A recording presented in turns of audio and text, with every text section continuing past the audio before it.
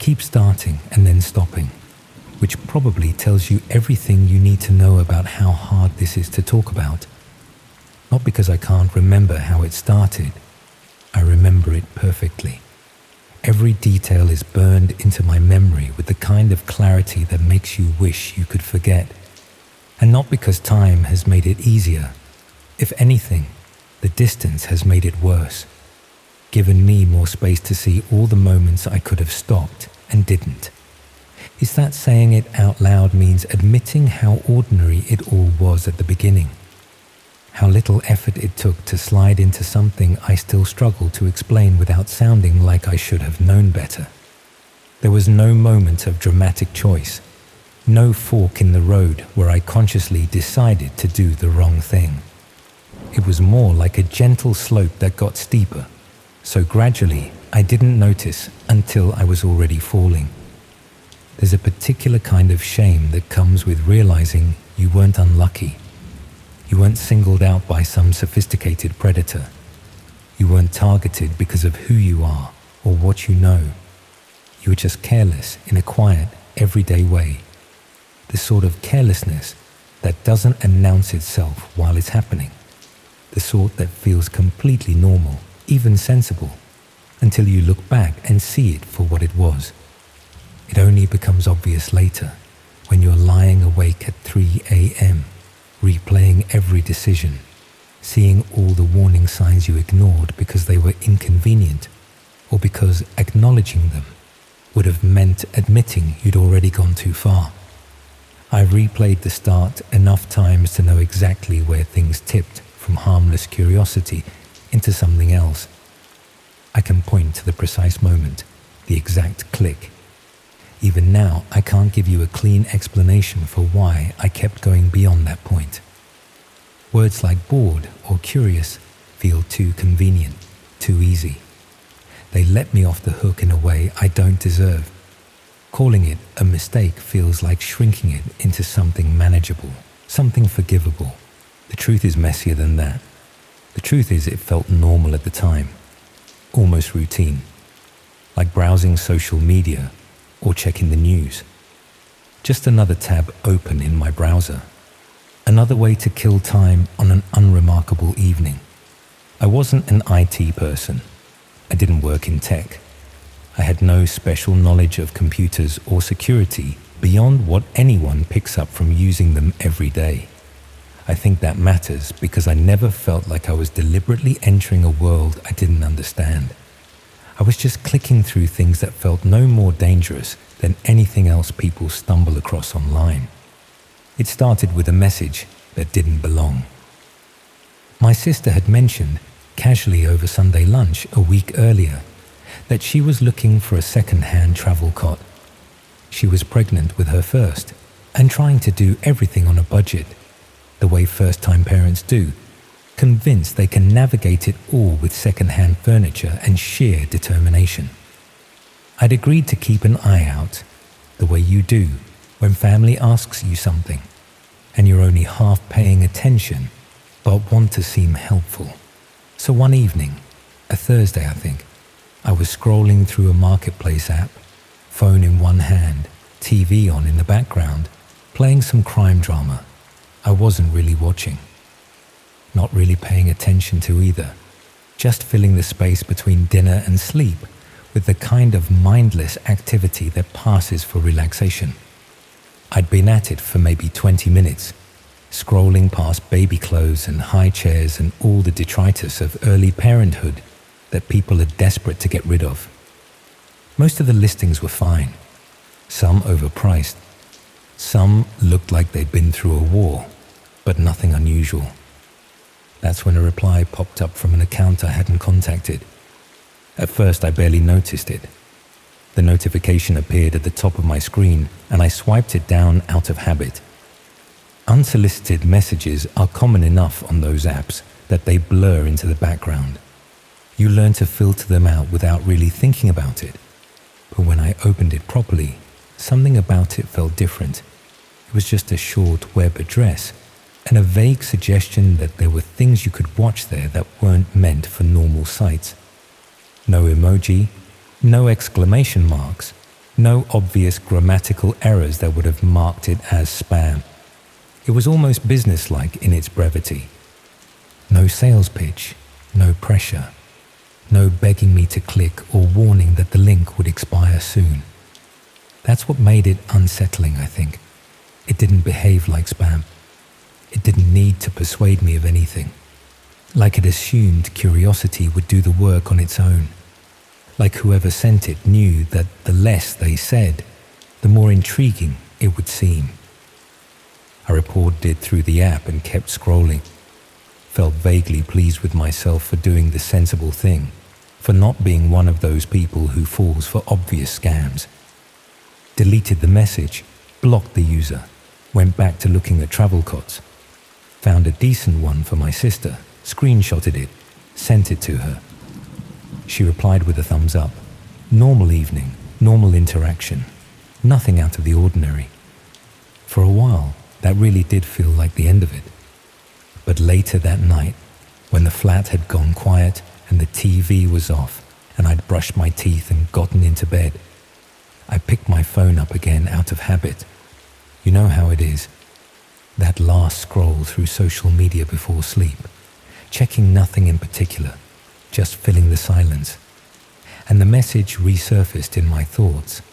Not loudly, not insistently, just persistently enough that it was hard to ignore. I told myself it was probably nothing.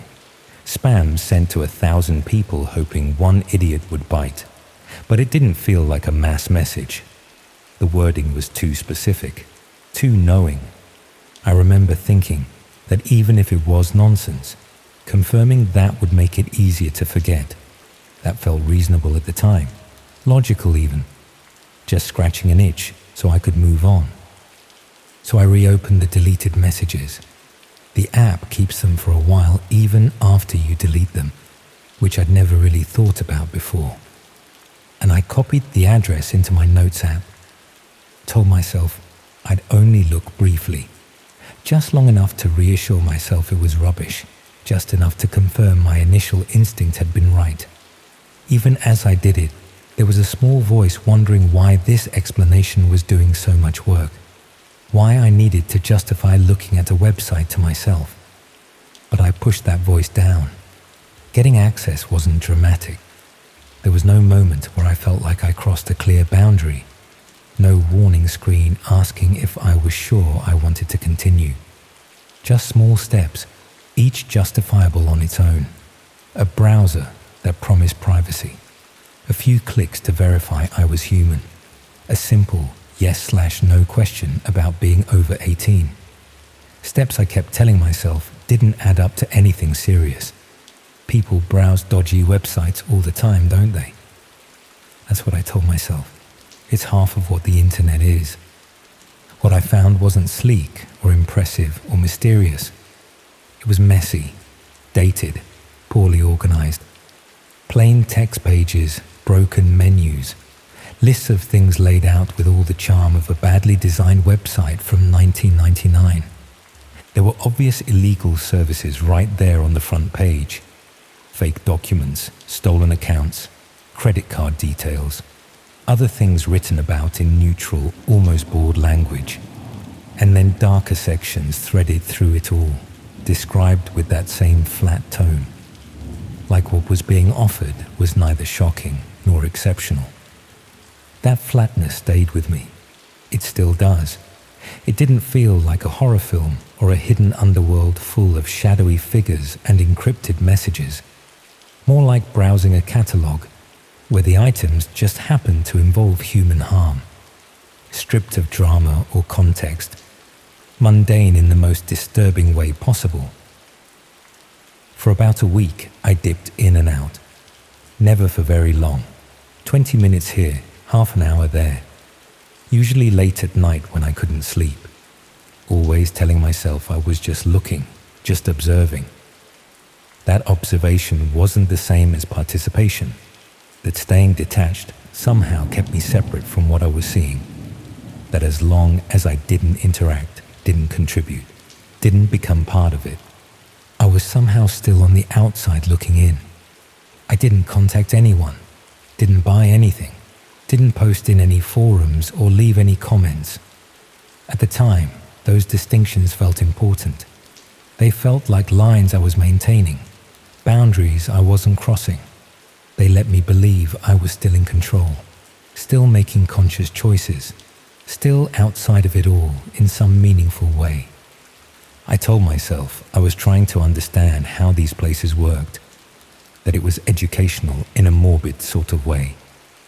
The same way people watch documentaries about serial killers or read books about disasters, trying to understand the darker corners of human nature from a safe distance. But if I'm honest, and I suppose that's the point of telling this, I didn't have a good reason. It was just there, and I could access it, and some base part of my brain wanted to see what I wasn't supposed to see. Then I clicked a video.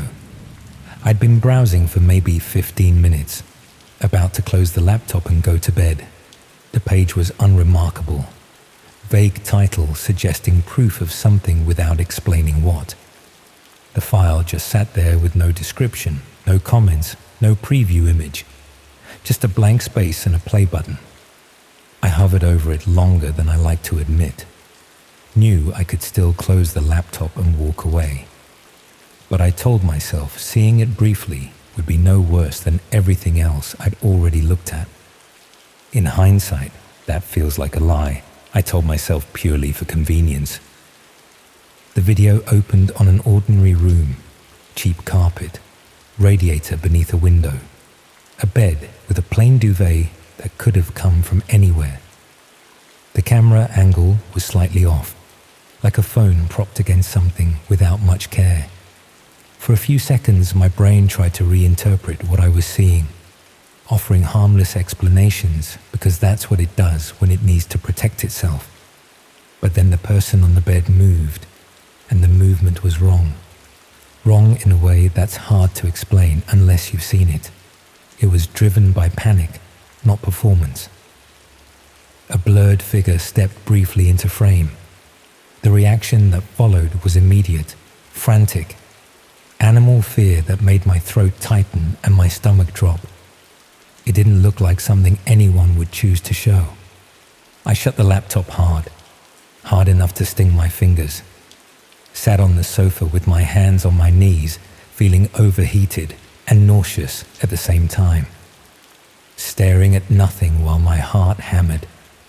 The thought of calling the police came immediately, but it was followed just as quickly by the realization that I had no useful information, no names, no locations, no explanation for how I'd ended up there that didn't feel loaded with implication. I told myself going back to look for clues would be the responsible thing to do. Framed it as trying to undo the damage of my curiosity. That justification made it possible to sleep that night. I lasted 3 days. When I went back, the video was gone, removed without explanation. In its place was a short line of text that didn't read like an update or an apology, more like a correction aimed at the people who'd watched. It implied that viewing had been noted, that anonymity was an assumption, not a guarantee, that the distance I'd felt wasn't as real as I'd wanted to believe. That was the moment it stopped feeling abstract. I shut everything down after that, powered off the laptop, tried to return to normal life, told myself the message was probably generic, designed to scare people without any real follow-through. For about a week, nothing happened. Slowly, against my better judgment, I started to believe it. Let myself relax just enough that the tension became background noise. Then an email arrived while I was at work. No subject line, random sender, single attachment. It was a photograph of my front door, not a similar door or a stock image, my actual door, with the scuffed paint near the handle and the dented letterbox I'd never bothered to fix. Taken from the communal hallway. When I zoomed in, I could see a parcel on the doormat that had arrived the day before. That small, ordinary detail made it impossible to dismiss. I was surrounded by people talking and typing, but I felt suddenly isolated. My hands shook enough that I had to hide my phone under a notebook. The journey home passed in a blur. When I unlocked my door, I stood there listening for a moment, as if the flat might sound different. Of course it didn't.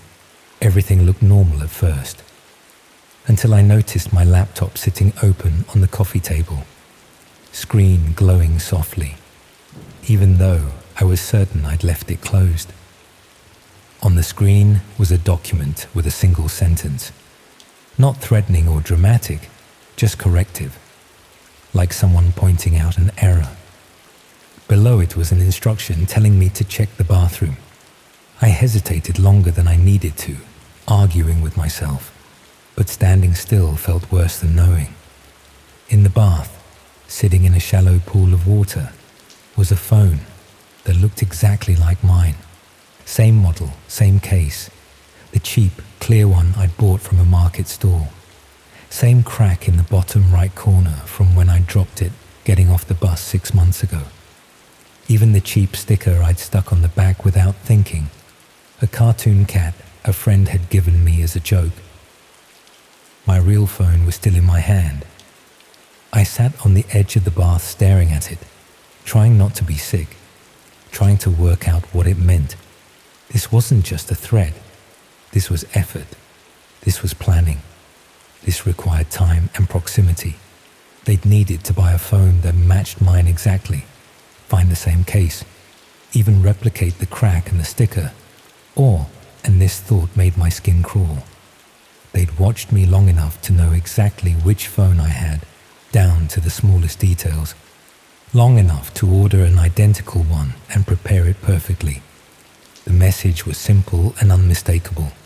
Someone had been inside my home, hadn't taken anything, hadn't damaged anything, had left something behind instead. Proof of access. Proof that walls and locks meant nothing. Proof that they could reach me whenever they wanted. When I called the police, I reported a break-in and nothing more. After they left, the flat felt different, like it didn't entirely belong to me anymore. Around 2 a.m., another email arrived. This time the attachment was a video recorded from inside my living room, from a high angle I didn't recognize, showing me earlier that evening, after the police had gone, sitting on the sofa rubbing my face. The timestamp was real. I watched myself move through the room, a version of myself that looked unaware and exposed. It didn't matter that I couldn't see the camera. The footage proved it existed. I left before dawn, drove to my sister's house without fully deciding to. Told her there'd been a break-in and I didn't want to be alone. Left out the parts I couldn't say yet. The following morning a message arrived through the same marketplace app where it had all begun. A photograph of my sister's back garden, taken from outside the fence. Me visible through the kitchen window.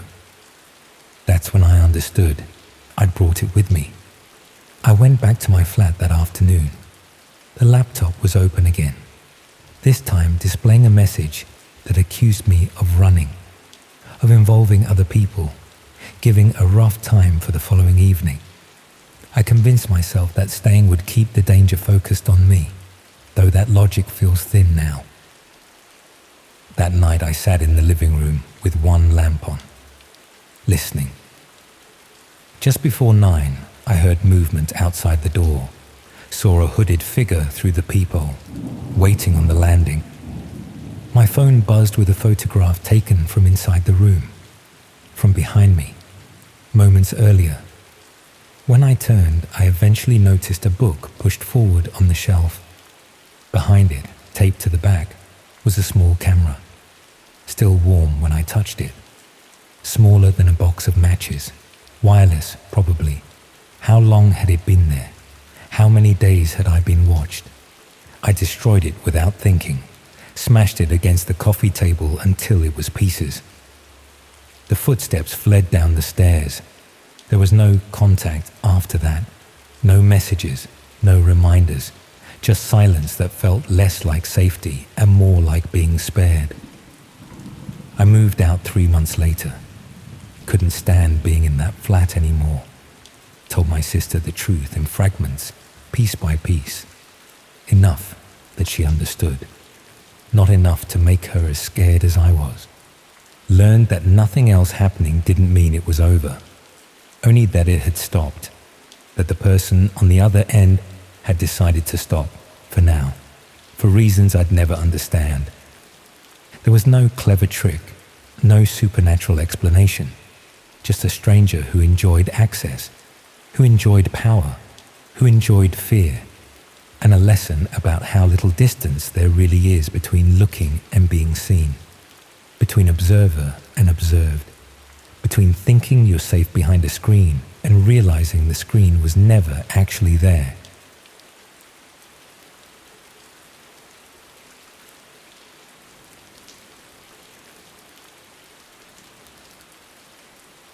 I've been keeping a notebook these past few weeks, writing down everything I can remember about the schedules I used to build, all the properties I coordinated, all the careful timetables I created. It's probably pointless. Who would I even show it to? But it gives me something to do in this travelodge outside Swindon, where I've been hiding for nearly a fortnight.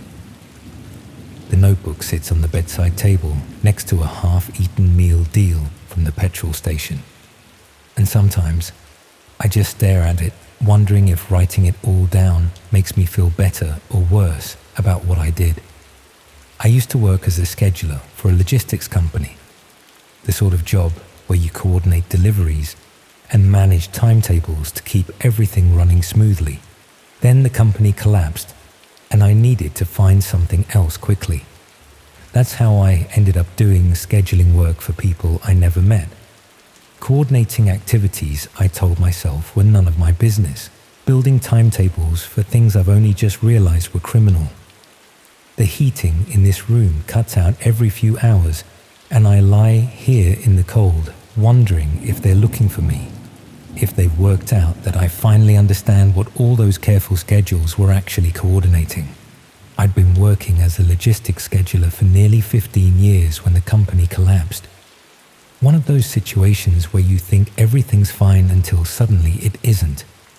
And you're told on a Friday afternoon that the company's in administration and your job's gone effective immediately. I was 48 years old with very specific skills that turned out not to be particularly transferable. Scheduling work is more complicated than people realize.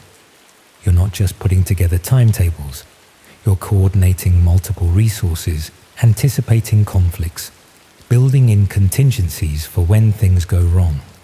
It requires a particular type of mind, the ability to see patterns and predict bottlenecks before they happen.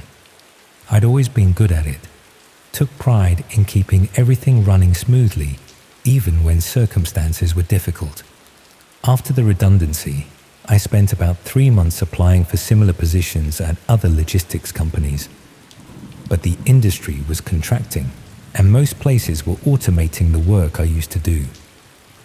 The few jobs I found wanted younger people with different qualifications, technical skills I'd never needed in my previous role. That's when I found the posting on a job board for remote workers. Someone needed an experienced scheduler to coordinate activities for what they described as a service coordination company. The pay was generous, nearly £4,000 per month for what they estimated would be about 30 hours of work per week. They emphasized that they needed someone who could manage complex schedules involving multiple participants, someone who was detail-oriented and could work independently.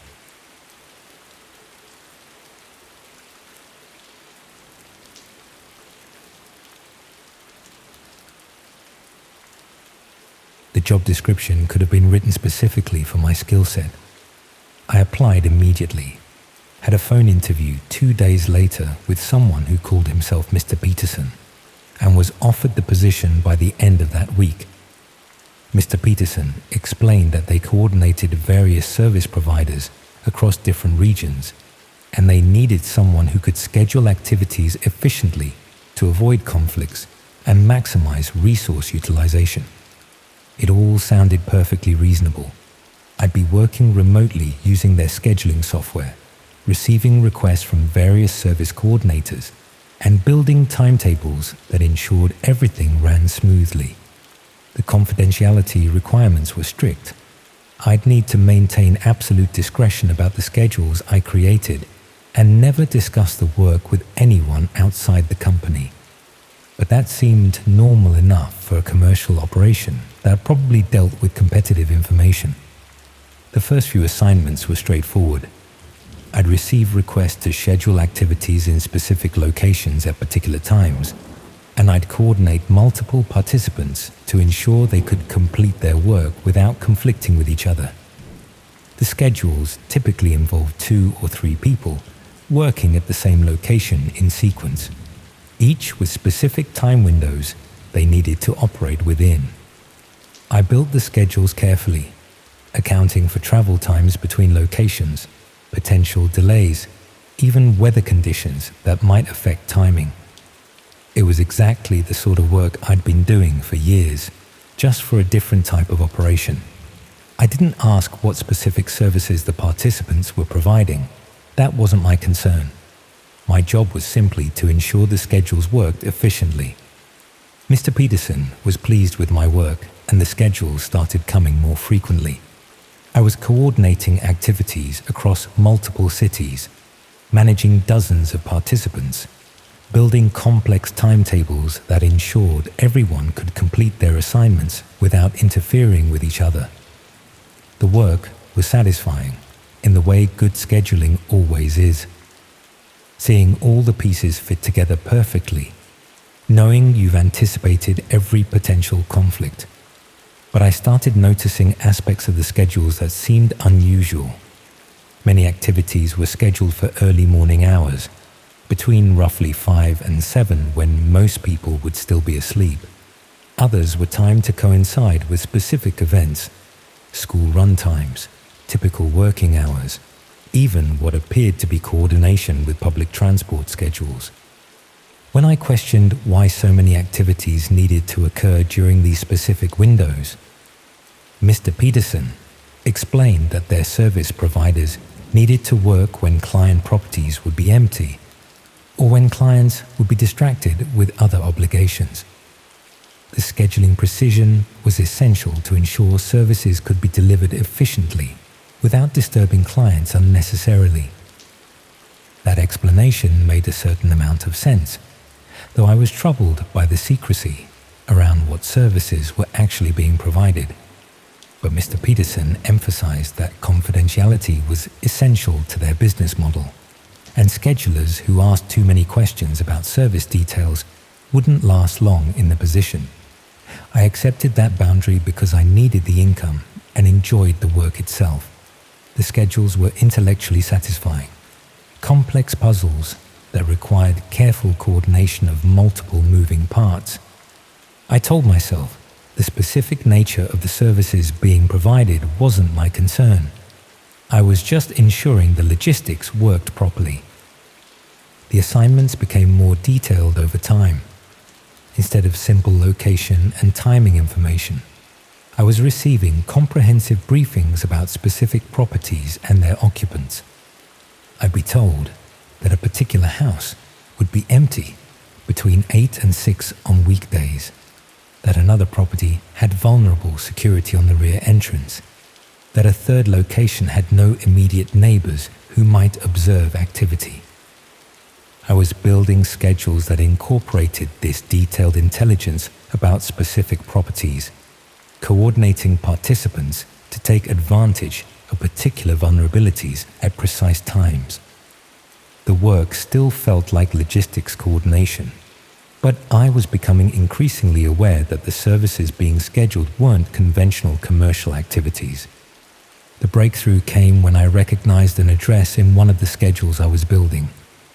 It was my sister's house in Gloucester, a property I'd visited dozens of times over the years. The schedule requested 3 participants at sequential times during a weekday morning when I knew my sister would be at work and her husband would be visiting their mother in hospital. I realized immediately that I was scheduling a burglary of my own sister's home. The detailed intelligence about when the property would be empty, the notes about security vulnerabilities, the coordination of multiple participants to ensure efficient completion. It was all designed to facilitate theft from someone I loved.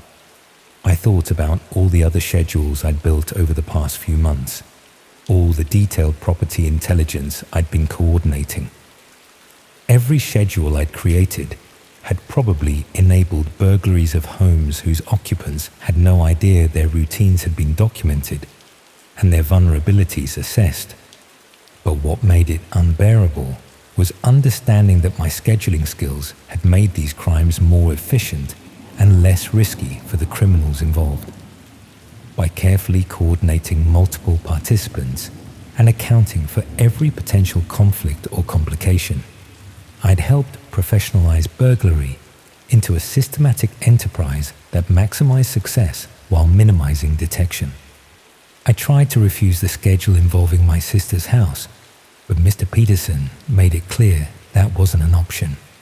I'd been building schedules for months, had access to detailed intelligence about hundreds of properties, knew exactly how the coordination system worked. Walking away would mean explaining where I'd been working and what I'd been doing, and it would mean giving up income I'd become dependent on. I was trapped by my own complicity and my professional effectiveness. The better I'd been at scheduling, the more valuable I'd become to an operation that was systematically targeting homes across the country. And now my own sister's property was on the list because I'd been too focused on doing good logistics work to question what I was coordinating. I tried warning my sister about the planned burglary without revealing how I knew about it, suggesting she should install better security and vary her routine. But I couldn't explain the specifics without admitting my role in scheduling the crime against her home.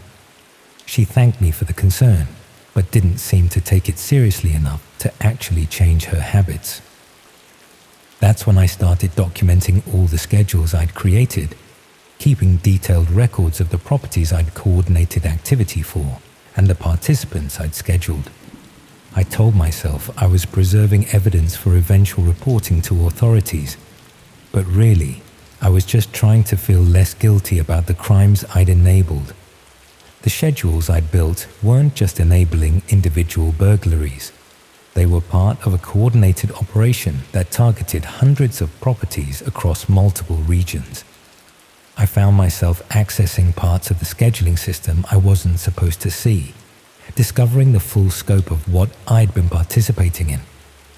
The operation maintained comprehensive intelligence about vulnerable properties organized by region, occupant type, and potential value. My schedules were being used to coordinate systematic targeting that ensured maximum efficiency and minimal risk. Multiple teams would work different regions simultaneously, all following schedules I'd carefully built to avoid conflicts and complications. Some schedules focused on elderly people living alone, coordinating burglaries during the specific hours when they'd be at medical appointments or visiting friends. Others targeted families during school holidays when homes would be empty for extended periods. A few concentrated on small businesses during weekends when nobody would be on the premises. I was looking at evidence that my scheduling work had enabled hundreds of burglaries across England and Wales. Every careful coordination I'd created, every contingency I'd planned for, every efficiency I'd built into the schedules, it had all made these crimes more successful and harder to prevent. But what disturbed me most was discovering how the operation used my schedules to refine their targeting. They tracked success rates for different types of properties and adjusted their intelligence gathering based on which of my schedules had been most effective. My professional expertise was being used to optimize criminal activity, making each wave of burglaries more efficient than the last. One analysis document discussed how my careful timing had reduced police response effectiveness by ensuring crimes occurred during periods when patrols were focused elsewhere. Another praised my contingency planning for minimizing the impact of unexpected complications. They were treating my scheduling work as the professional foundation that made their entire operation viable. I found schedules I'd built that had been used to target my own neighborhood in Bristol. Properties I'd walked past regularly. Homes belonging to people I knew casually from local shops and parks. All of them had been burgled during precisely the time windows I'd scheduled, with participants coordinated according to the careful timetables I'd created. One schedule had targeted the elderly couple who lived 3 doors down from me, coordinating a burglary during the 2-hour window when they attended their weekly medical appointments. Another had focused on the single mother across the street, scheduling activity for the precise time when she'd be collecting her children from school and stopping at the supermarket. These weren't random crimes. They were systematically planned operations that relied on detailed intelligence and professional scheduling.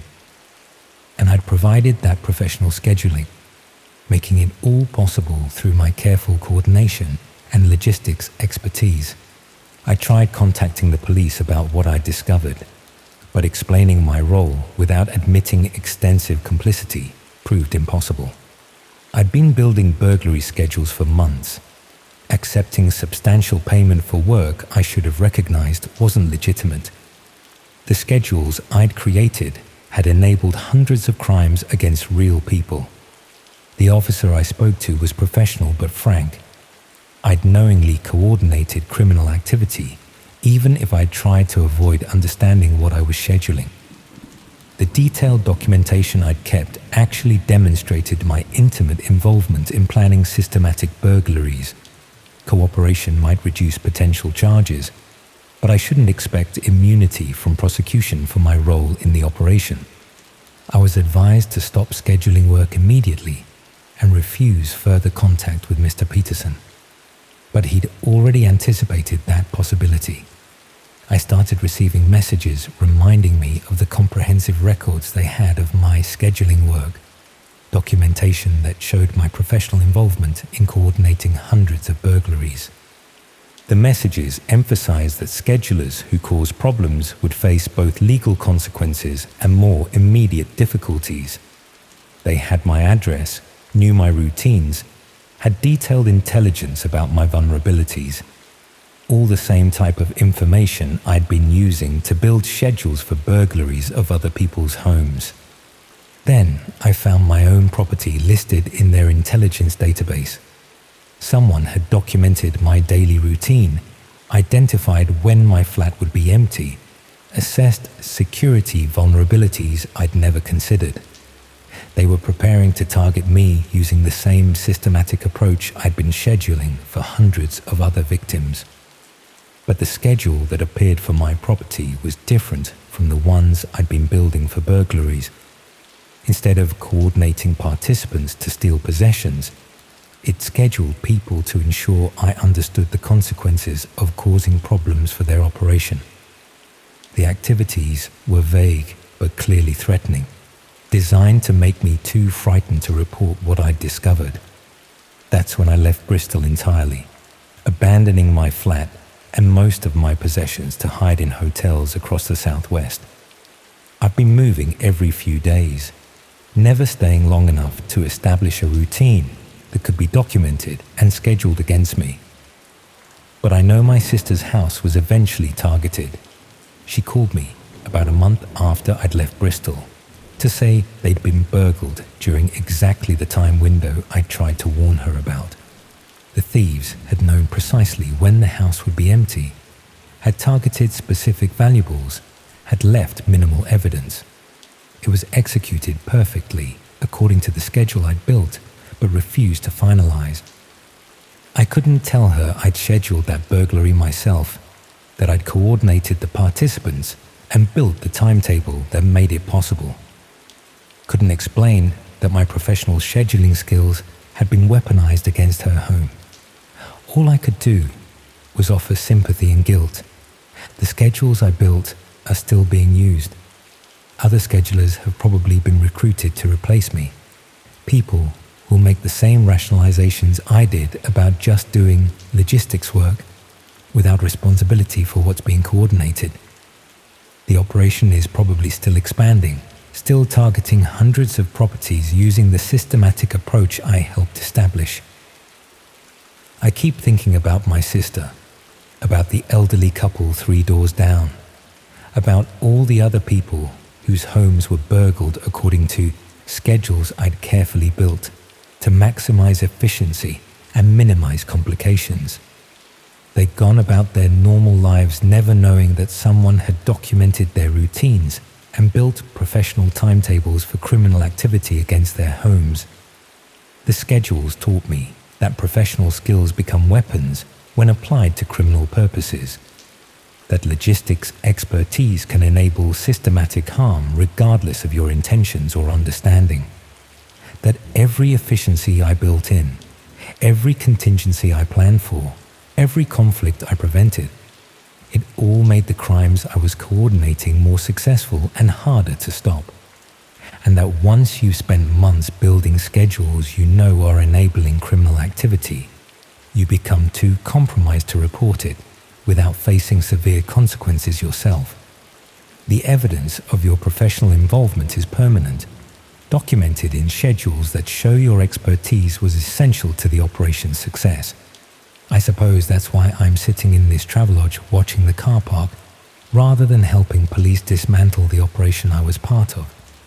Because I know the schedules I kept as evidence implicate me as thoroughly as they expose the operation, and I'm not brave enough to face consequences for choices I made when I convinced myself I was just doing logistics work.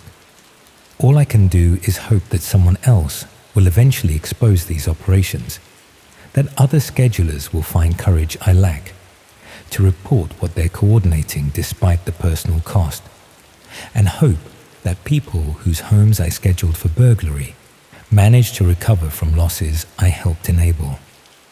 Because the operation is still running, still recruiting schedulers, still using professional logistics coordination to target hundreds of homes.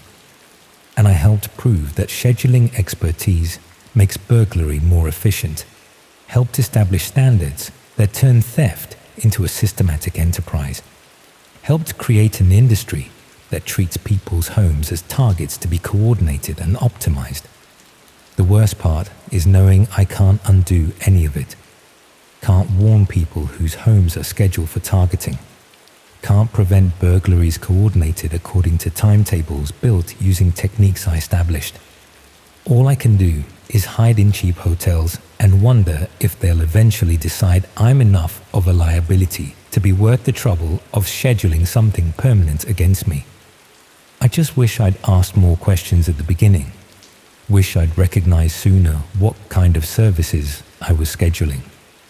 Wish I'd been brave enough to walk away when I first started suspecting the truth. But I didn't. And now I live with the consequences of choices I made when professional satisfaction and financial need mattered more than questioning what my skills were really being used for.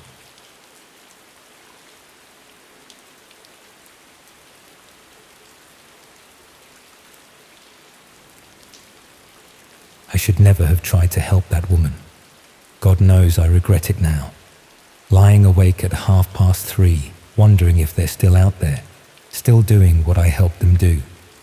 You hear about good deeds going unpunished, don't you? Well, that's bollocks. Sometimes trying to do the right thing is the worst mistake you can make, and I've got the sleepless nights to prove it. I keep telling myself I didn't know what would happen, that I was just trying to be decent.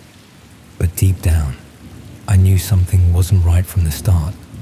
I should have trusted that feeling. I should have walked away and minded my own business. It started about 8 months ago when I was working as a cleaner at the council offices in Nottingham. Not the most glamorous job, but it paid the bills and kept me busy after my divorce.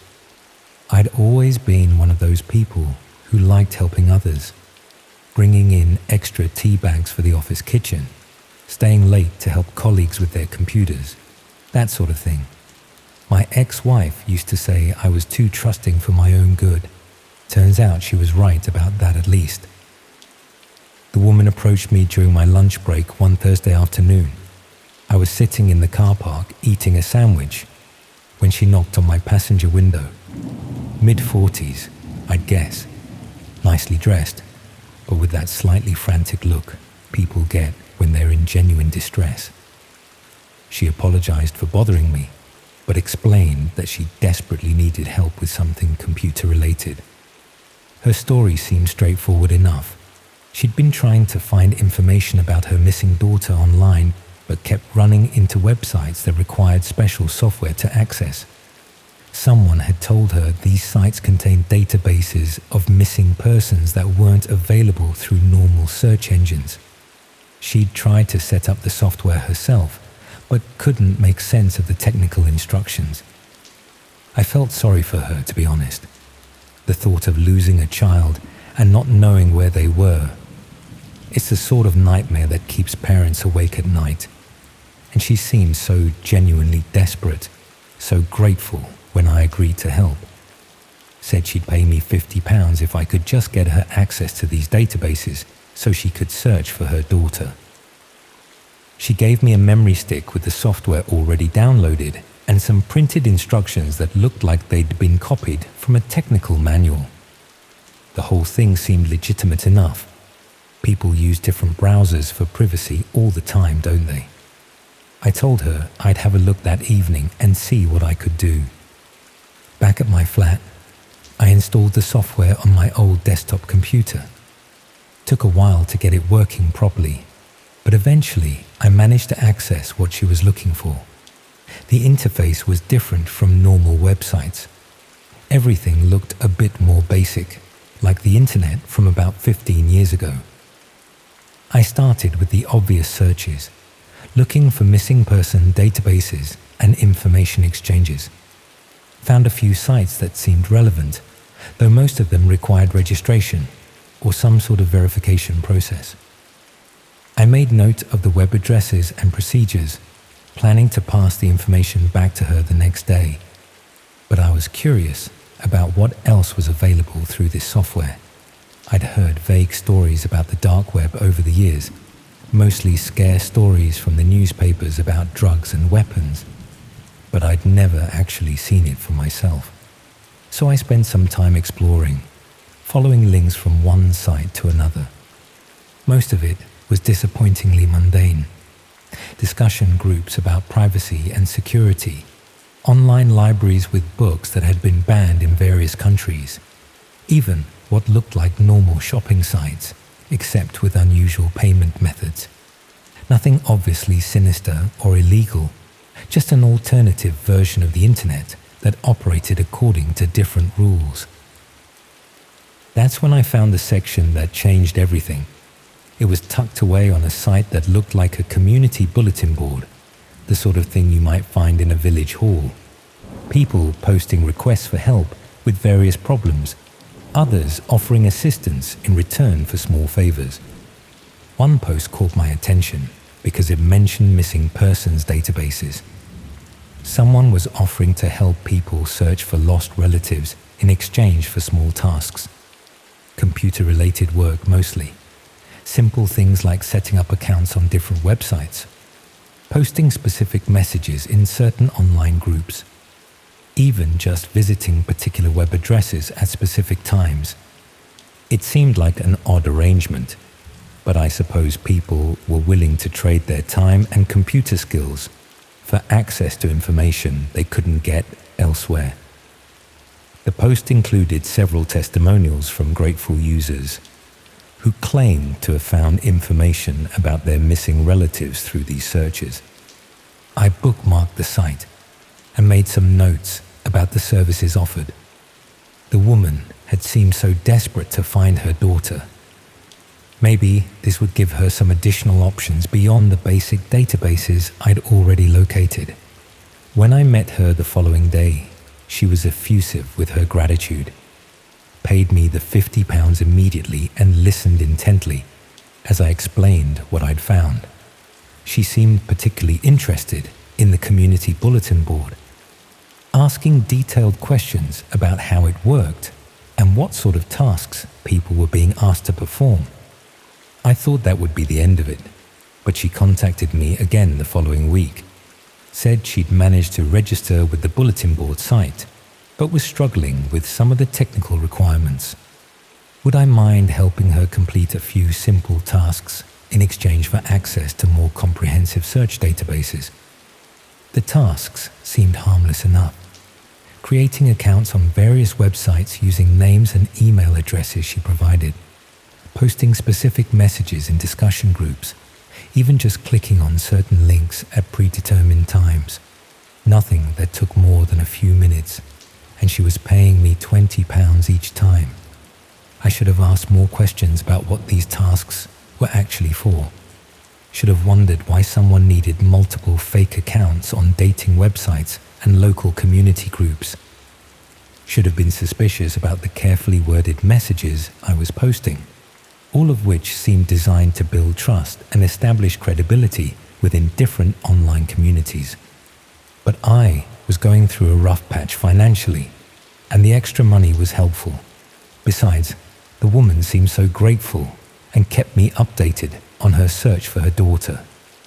She'd found some promising leads, she said, and was making progress thanks to the additional databases she could now access.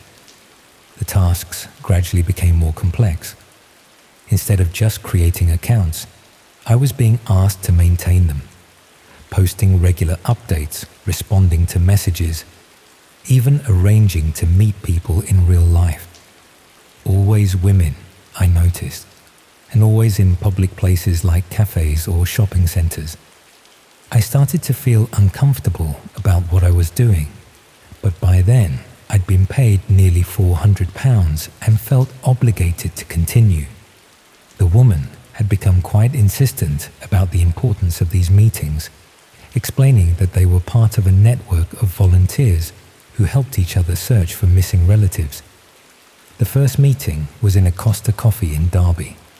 I was supposed to approach a woman in her 30s who would be wearing a red scarf and carrying a specific magazine.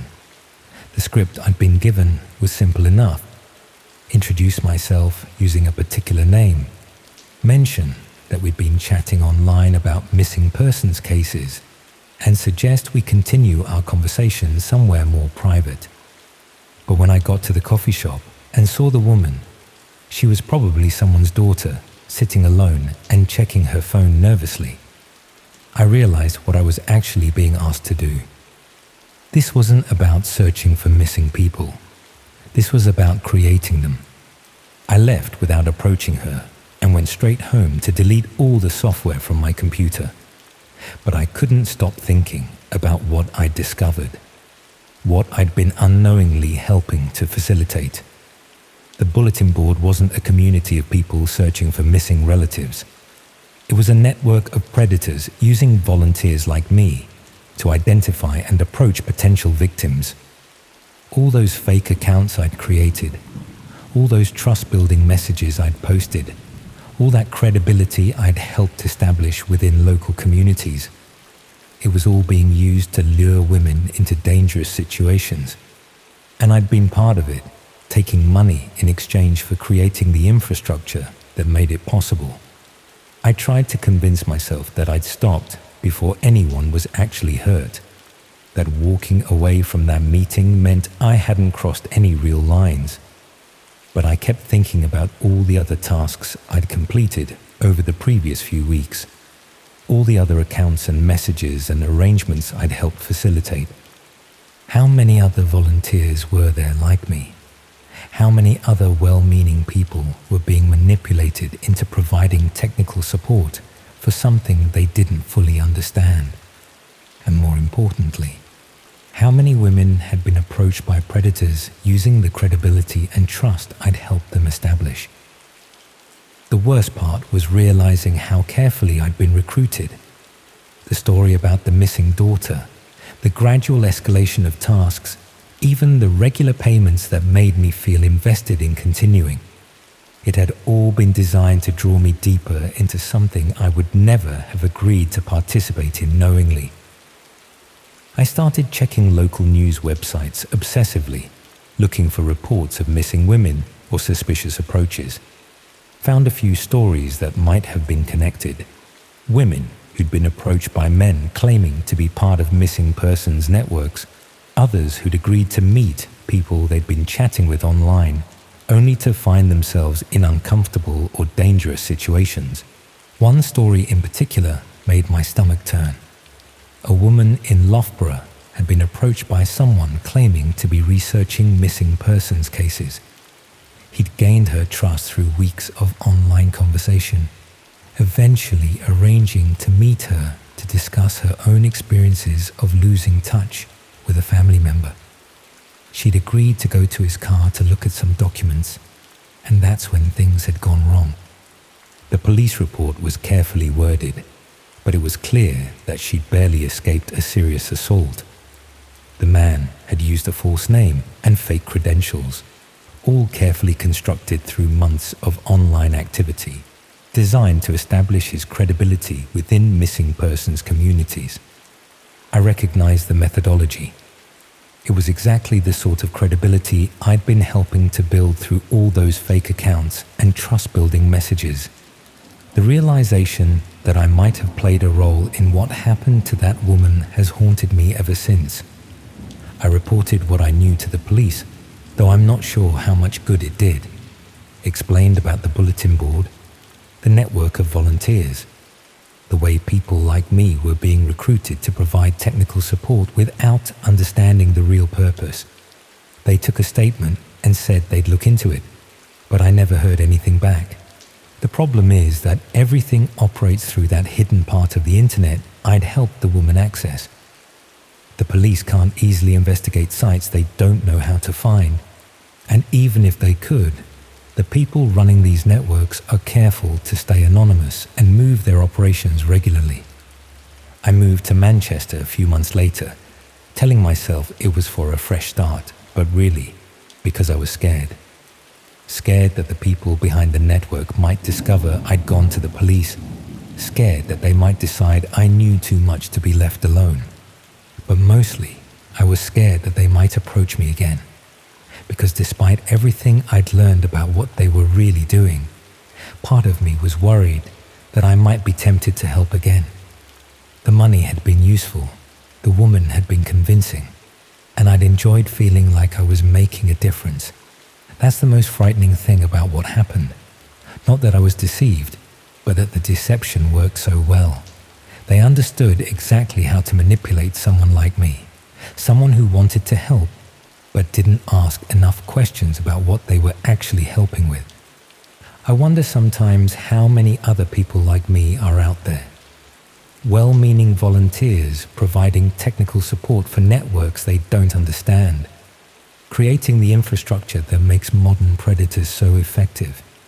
People who think they're helping to reunite families, but are actually facilitating something much darker. I've changed my phone number twice since then, and use a different name for my online accounts. I don't help strangers with computer problems anymore. Don't offer to assist with technical tasks. Don't even like talking to people I don't know well. Because I learned that kindness can be weaponized, that the desire to help others can be turned against both the helper and the people they think they're helping. I learned that there are networks of people who have professionalized predatory behavior, turning it into a systematic operation that relies on recruiting unwitting accomplices. And I learned that once you've been part of something like that, even unknowingly, you never really stop wondering about the consequences of your actions. Every news story about a missing woman, every report of someone being approached by a stranger with a plausible story. I wonder if I played a role in making it possible. The woman with the missing daughter never contacted me again after I stopped helping her. Sometimes I wonder if she even existed, or if she was just another fake identity created to recruit volunteers like me.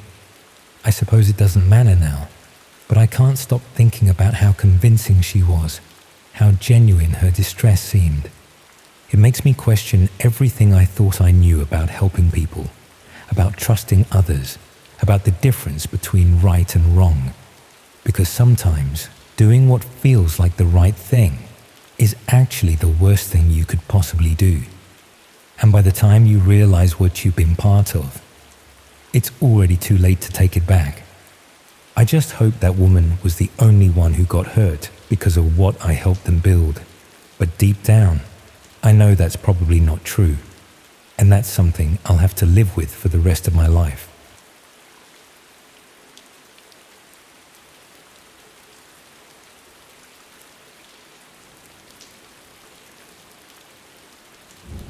I haven't told anyone about this. Not the police, not my sister, certainly not the people I see every day in the village. There's a specific kind of weight that comes with knowing something you can't unknow. A heaviness that sits right at the base of your throat, making every swallow feel like a conscious effort. I suppose I'm writing this down because I need to get it out of my head before it rots there.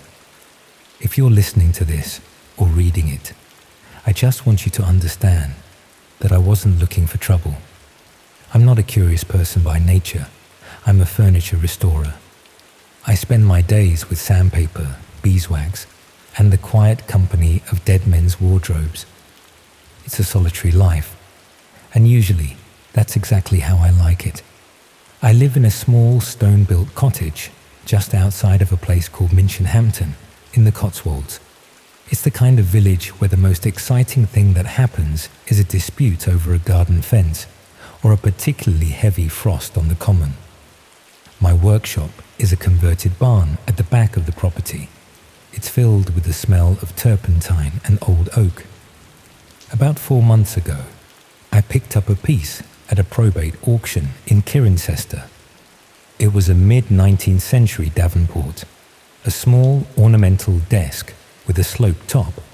It was in a sorry state, caked in layers of cheap varnish that some previous owner had slapped on in the 70s, but the bones of it were good. The Davenport had belonged to a man named Mr. Henderson. He'd been a retired schoolmaster, well liked in his village, a man of routine and quiet dignity. He'd lived alone for 20 years after his wife passed away in the late 90s.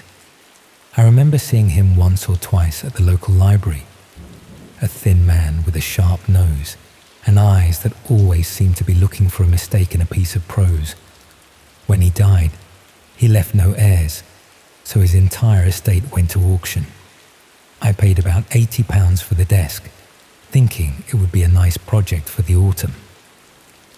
It sat in the corner of my workshop for a few weeks before I got around to it. The weather had turned cold, that damp English cold that gets into your joints, and I spent my mornings by the wood burner, drinking tea and looking at the work ahead. When I finally started stripping the wood, I felt that familiar satisfaction of seeing the real grain emerge from beneath the gunk. It was beautiful walnut.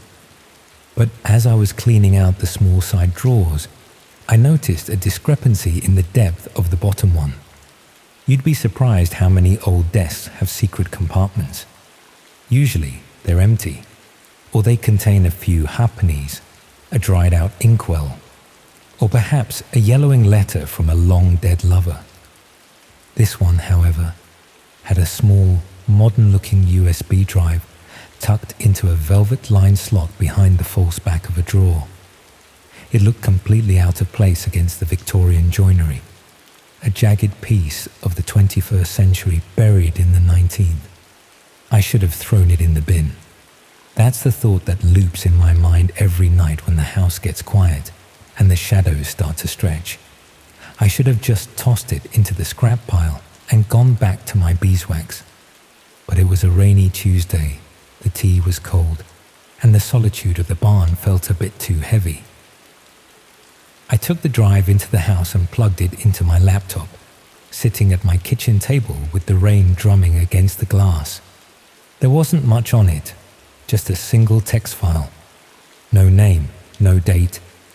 When I opened it, there was a string of letters and numbers that looked like gibberish, followed by a series of instructions. It didn't look like a normal web address. It was long, messy, and ended in a suffix I didn't recognize. Below that was a password, the Gleaner. I'm not a tech person. I use my computer for invoices, ordering brass handles, and looking up upholstery fabrics, but I'd heard enough over the years to know what this was. I'd heard the stories about the parts of the internet that don't show up on a search engine, the hidden layers that require specific pathways to access, what people call the dark web. I didn't think it was dangerous. I thought it was a curiosity, a relic of whoever had owned that desk, perhaps a secret life of Mr. Henderson that no one in the village would have suspected. I followed the instructions, which involved a few settings changes I had to look up on my phone, and eventually I found myself staring at a screen that was almost entirely black. There were no images, no banners, just plain white typewriter-style font on a charcoal background. At the top, it simply stated, "The Registry of Open Doors." I remember feeling a bit let down. It sounded like something to do with architecture, or perhaps a charity for the homeless. I clicked the only link on the page, which was a list of UK counties. I scrolled down to Gloucestershire. The page that loaded was a table. It had 4 columns: town, village, street, entry point, and status. I started scrolling, my heart beginning to do that slow, heavy thud against my ribs. These weren't shops or businesses. They were houses, private homes: Stroud, Bisley Road, kitchen window, faulty latch, occupied, Cheltenham, Lansdowne Crescent, basement door, key under stone, unoccupied, Holiday, Nailsworth, Shortwood, back door, always left open for cat. I felt a coldness wash over me that had nothing to do with the draft in my cottage. I kept scrolling, my eyes blurring as I looked for names I knew. I found a house in Minchinhampton, just 3 miles from where I was sitting. It described a bungalow on the edge of the common, where an elderly woman lived. It noted that she often forgot to bolt the side door after taking the bins out on a Wednesday evening. It even mentioned the time, usually around 9 at night. This wasn't a site for hackers or some grand criminal enterprise. It was a ledger for people who liked to go where they weren't invited. It was a community of shadows. There were no memberships or chat rooms, just this cold, clinical list of vulnerabilities. It was a map of how to slip into the lives of strangers. I sat there for a long time, the blue light of the screen reflecting in the window glass. I felt like I was looking at a map of a world I didn't belong in, a world that existed parallel to the one where people bought milk and complained about the weather. I told myself it was probably fake, some kind of elaborate prank, or an old file that hadn't been updated in years. To prove it to myself, I decided to check one of the entries. The bungalow in Minchinhampton was only a short drive away. I told myself I was going there to make sure the woman was safe. I told myself I'd just check the door, and if it was open, I'd knock and tell her to be more careful. It was about 10 o'clock at night. The air was damp and smelled of wet earth and wood smoke. I parked my car a few streets away and walked. The bungalow was quiet, the lights dimmed. I felt like a criminal just walking up the driveway, my boots crunching on the gravel. I crept around to the side of the house, my breath hitching in my chest. There it was, a white UPVC door. I reached out, my hand trembling, and pressed the handle. It clicked. The door swung open an inch, revealing the dark, warm interior of a utility room. The smell of fabric softener and old dog drifted out into the night air. I didn't knock. I didn't warn her. I was so terrified by the reality of it that I pulled the door shut, making sure the latch engaged, and I ran. I ran all the way back to my car, my lungs burning, the taste of copper in my mouth. When I got home, I went straight back to the laptop. I wanted to close the page, to delete the file, to pretend I'd never seen it. But as I moved the mouse, I noticed a new link had appeared at the bottom of the Gloucestershire page. It was titled Recent Observations. I clicked it. It was a log of visits. It wasn't just a list of doors. It was a diary of intrusions. People described the things they did once they were inside. They didn't steal anything. That was the most unsettling part. There were no reports of missing jewelry or televisions. Instead, they wrote about sitting in people's armchairs while they slept upstairs. They wrote about moving a single photograph from one shelf to another. They wrote about breathing the same air as a sleeping family and then leaving without a trace. One entry, dated only 2 nights prior, described a house in Cirencester. The visitor had spent roughly 3 hours in the kitchen. They had made themselves a cup of tea, washed the mug, and put it back in the wrong cupboard. They described the sound of the husband snoring in the room directly above them. They mentioned the brand of toothpaste in the bathroom. They even noted that the couple's cat had sat on their lap for a portion of the visit. I felt physically sick. The mundane nature of it was far worse than any story of a break-in I'd ever heard. This was a violation of the very idea of home. It was the knowledge that your most private spaces were being treated like a public gallery by strangers who wanted nothing more than to prove they could be there. They weren't after your money, they were after your sense of security. I spent the next few days in a state of hypervigilance. I checked my own locks 4-5 times an evening. I installed a motion sensor light over the workshop door. I couldn't sleep. Every creak of the floorboards, every rustle of the wind in the ivy sounded like a footstep. I kept thinking about that USB drive. Why was it in that desk? Who had been using it? The more I thought about Mr. Henderson, the more I wondered. Had he been a visitor, or had he been a victim who had somehow discovered the drive? The clinical, precise nature of the text on the drive seemed to match his personality, but I couldn't reconcile the image of the kindly schoolmaster with the person who would stand in a stranger's utility room at 3 in the morning. On the 4th night, I couldn't help myself. I went back on the site. I had to know if there was more. I needed to see if my own house was on there. I searched for my village. There was only one entry. Minchinhampton, the old barn cottage. My heart stopped. That was me. That was my home. I clicked the entry. It didn't just list the door. It was much more detailed than the others. It described the workshop side window and how the wooden frame was rotted at the base. It explained that a firm push would bypass the lock entirely. It also mentioned that the internal door leading from the workshop to the kitchen was usually left on the latch. I looked toward the kitchen door. I'd lived here for 6 years, and I'd never once thought about that rot in the workshop window. I always kept the internal door closed, but on the latch was exactly how I left it, so the heat from the Aga would reach the back of the house. It was a detail I'd never shared with anyone. I scrolled down to the observations for my house. There were 3 entries. The first was from about a month ago. Visited between 2:15 and 3:45. Subject sleeps heavily. The house smells of linseed oil and old paper. Moved the bookmarks in 3 books on the bedside table. Subject did not wake. I remembered that. I'd woken up and found my place lost in the biography of Thomas Chippendale I was reading.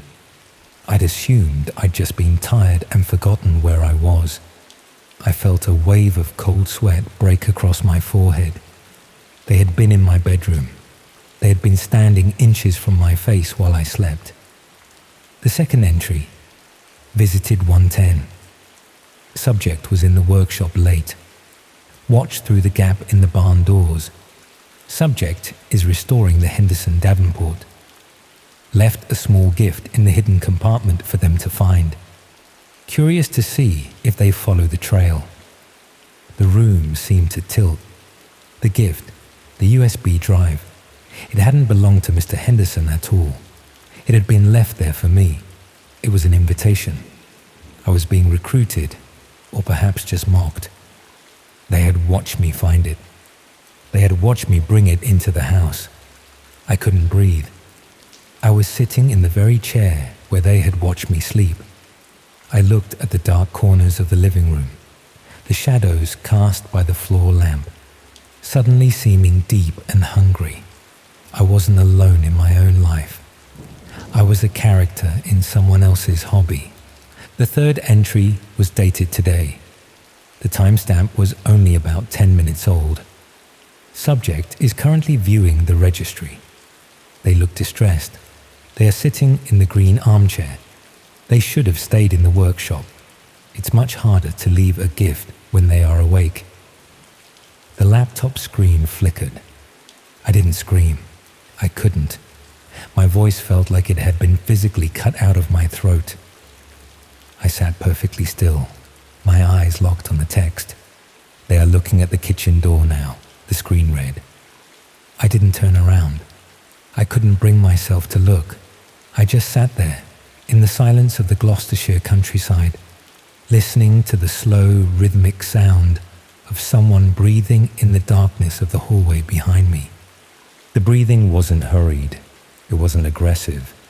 It was calm, matter-of-fact, and terrifyingly close. It was the sound of someone who felt completely at home in my house. I didn't go to the police. What would I say? That someone had been moving my bookmarks? That I'd found a website that shouldn't exist? I just stayed in that chair until the sun came up and the first light of dawn began to grey the windows. When the light finally hit the kitchen floor, the house was empty. The internal door to the workshop was wide open. I've moved now. I couldn't stay there. I sold the cottage at a loss, sold the workshop, and took a small modern flat in a busy part of Bristol.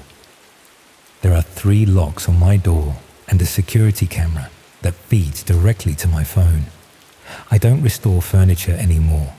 I work in a warehouse, surrounded by people and bright fluorescent lights. But the fear hasn't left me. It's just changed shape. The mundane nature of the visits on that site, the tea making, the photograph moving, it makes every small inconsistency in my life feel like a threat.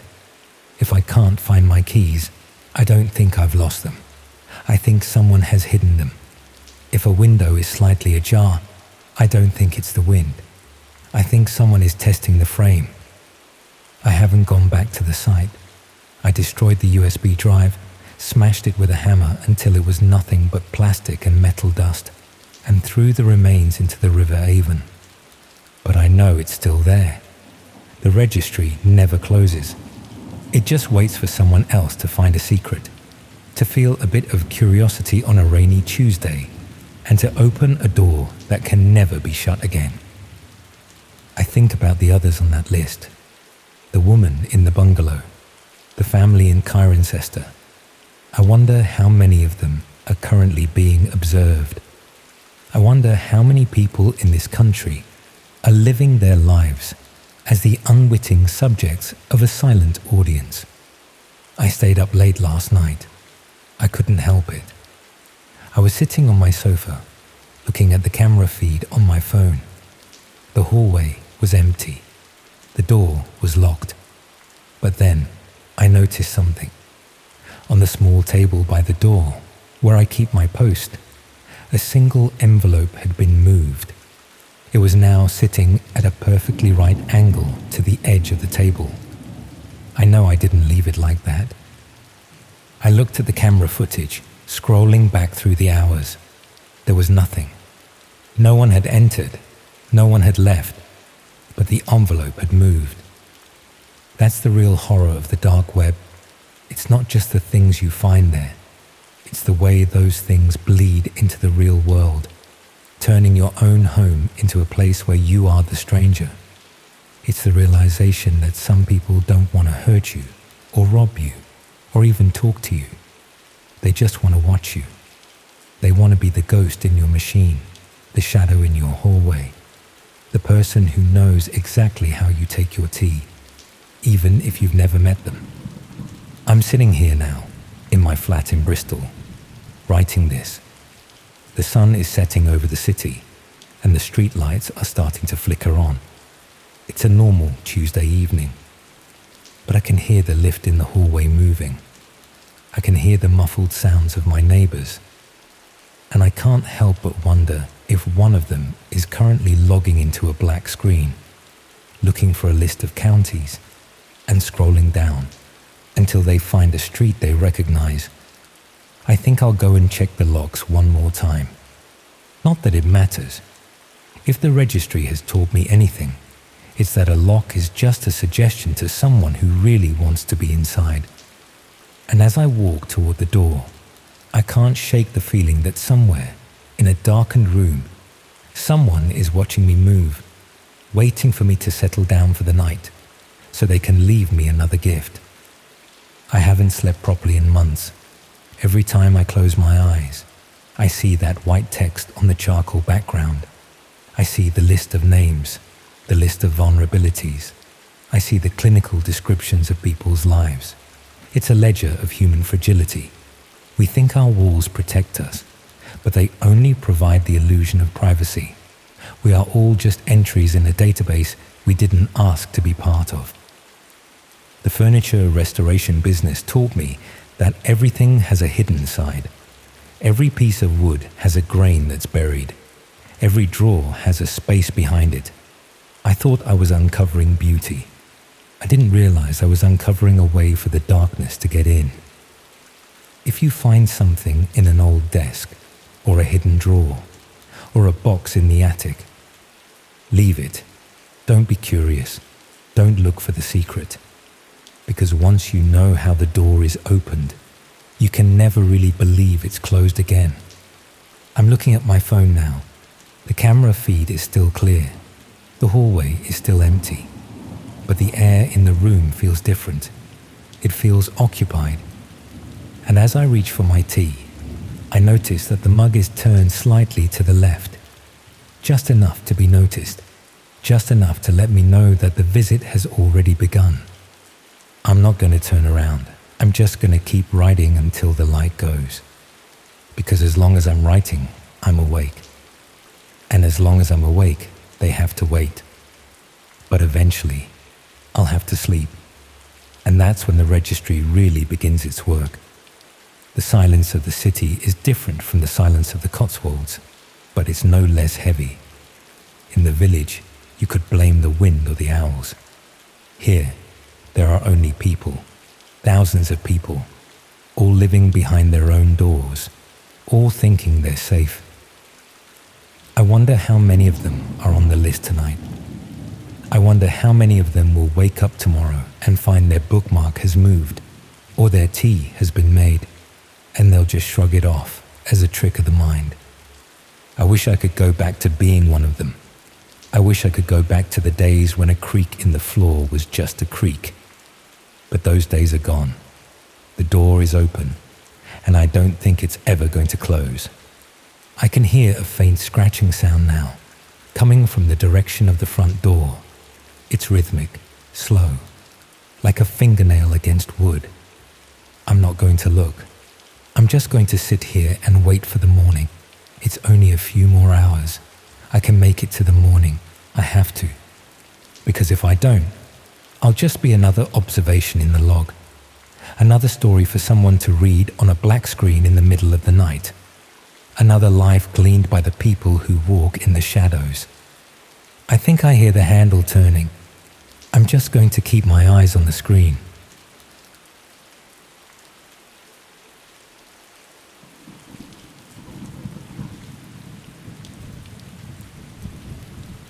This happened to me a few months back, and I need to get it off my chest because it's been eating away at me ever since. I used to write product reviews online for a bit of extra cash.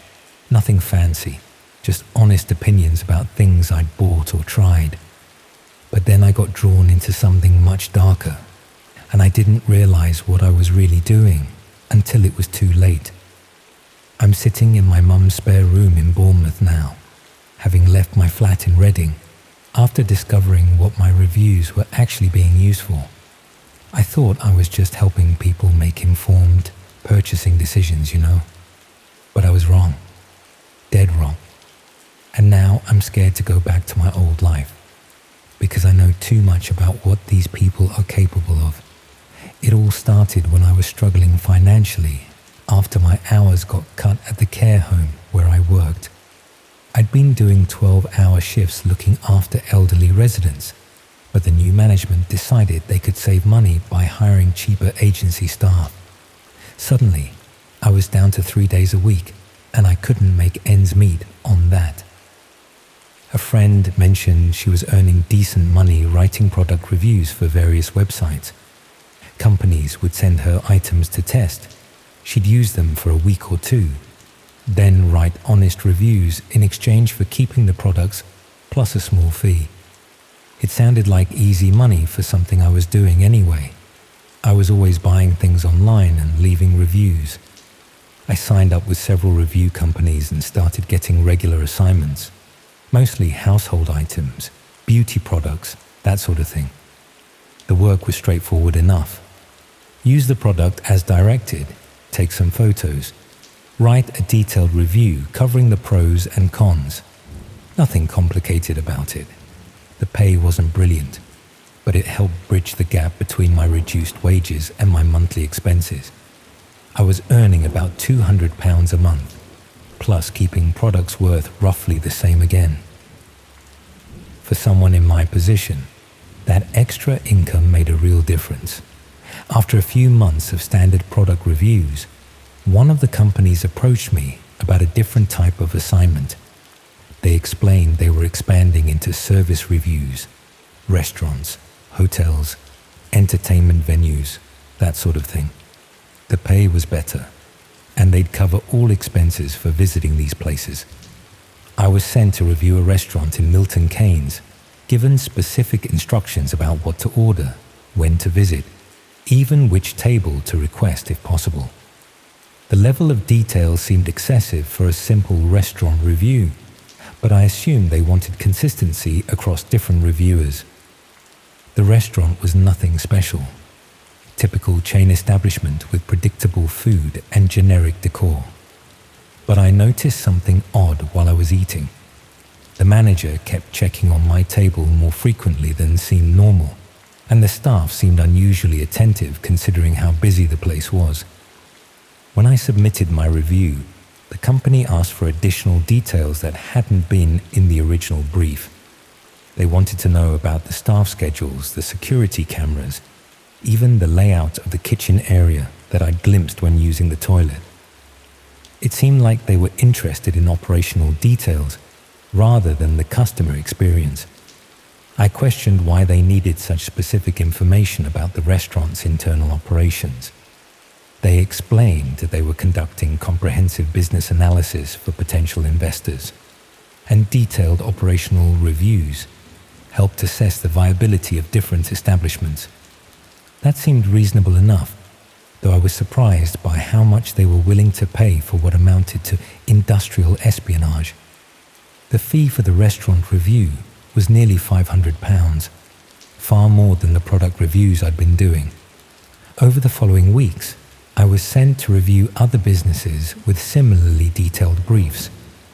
A hotel in Birmingham, where I was asked to document the security procedures and staff routines. A leisure centre in Coventry, where they wanted information about the changing room layouts and supervision arrangements. Each assignment came with specific requirements that went beyond normal customer reviews. I was asked to photograph building layouts, note security vulnerabilities, even strike up conversations with employees to gather information about their working conditions and personal circumstances. The money was excellent. I was earning more from these service reviews than from my care home job. But I was becoming increasingly uncomfortable with what felt like systematic intelligence gathering rather than legitimate business review work. The breakthrough came when I was assigned to review a small independent bookshop in Oxford.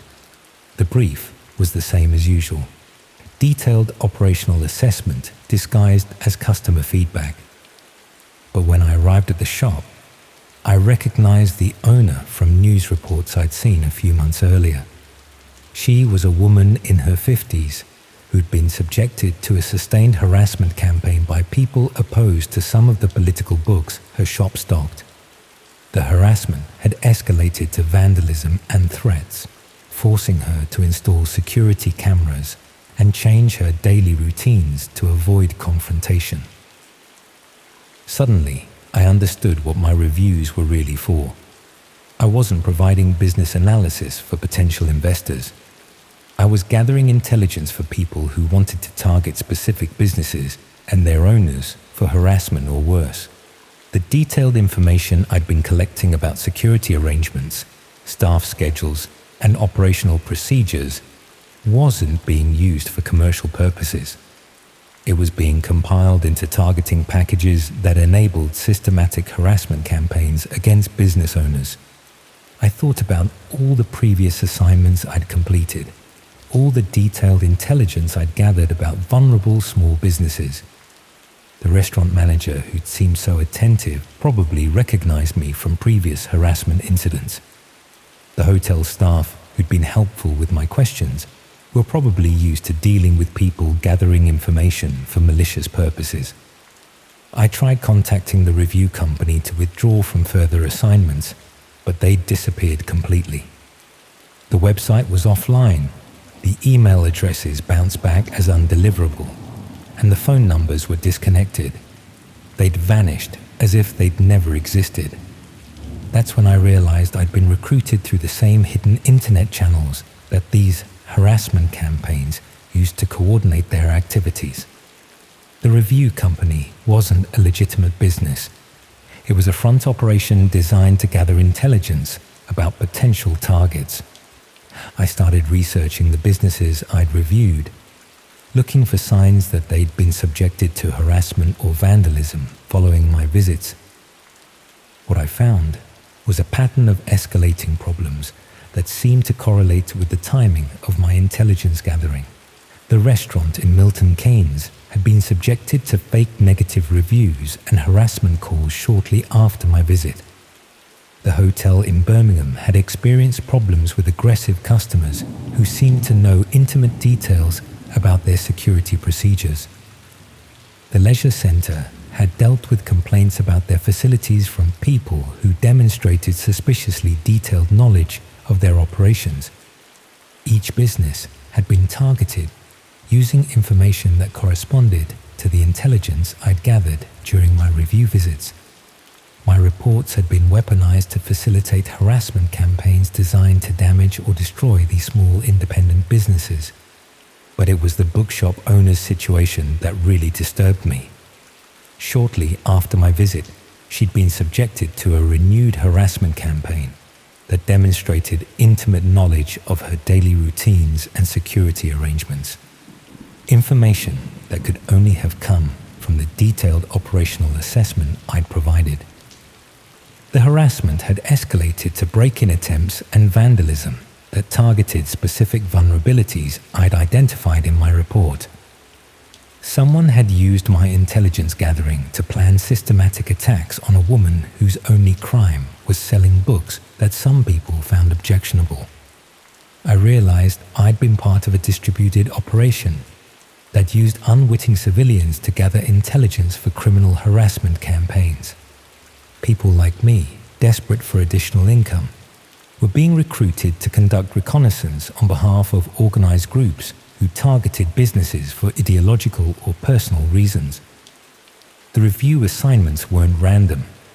They were carefully selected based on criteria that identified businesses vulnerable to harassment: independent bookshops, ethnic restaurants, venues associated with particular political or social causes, all places where the owners might be isolated and vulnerable to sustained intimidation.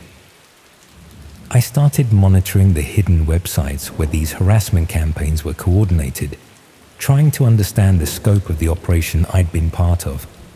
What I found was a systematic approach to identifying and targeting small businesses across the country.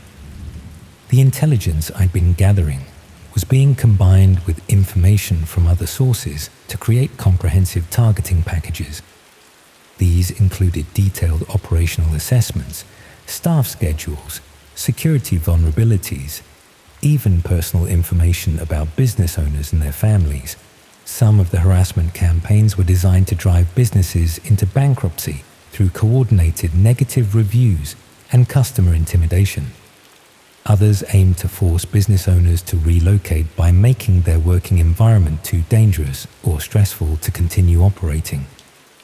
A few campaigns had escalated to serious criminal activity, including arson attacks and physical assaults that used intelligence gathered by people like me to identify the most effective targets and timing. I found discussion threads where people shared techniques for recruiting unwitting intelligence gatherers, advice on creating convincing front operations, even guides for exploiting people's financial desperation to make them complicit in criminal activities. The review company I'd worked for was just one of dozens of similar operations, all designed to gather intelligence about vulnerable businesses and their owners. They'd created an industrial-scale reconnaissance system that enabled harassment campaigns across the country. I tried reporting what I'd discovered to the police, but explaining the technical aspects of hidden internet operations proved more complicated than I'd expected. The investigating officer seemed overwhelmed by the scope of what I was describing and uncertain about how to proceed with investigating crimes that operated through channels they didn't understand. They took a statement and promised to investigate, but I got the impression this was beyond their usual expertise. Cybercrime involving hidden networks wasn't something local police were equipped to handle effectively. That's when I started noticing signs that I was being monitored. People photographing me from across the street, cars following me between errands, even evidence that someone had been through my flat while I was at work. I found my own details posted on one of the harassment websites I'd been monitoring, along with speculation about what I might have discovered during my time as an intelligence gatherer. They'd identified me as a potential security threat and were treating me the same way they treated their business targets. The final straw came when I received a package at my flat containing photographs of me conducting review visits at various businesses.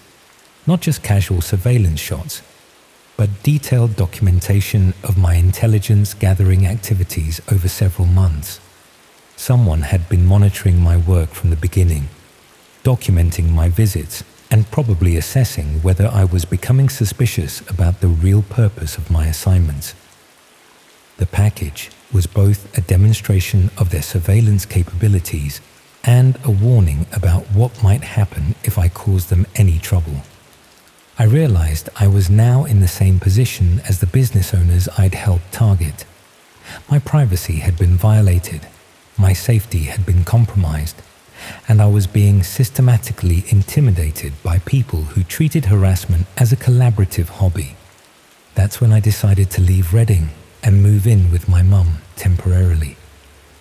I couldn't afford to maintain 2 addresses, but I also couldn't stay in a place where I was being actively surveilled by people who'd already demonstrated their willingness to escalate harassment into serious criminal activity. I keep thinking about that bookshop owner in Oxford and all the other business owners whose lives I helped to make miserable without understanding the consequences of my actions.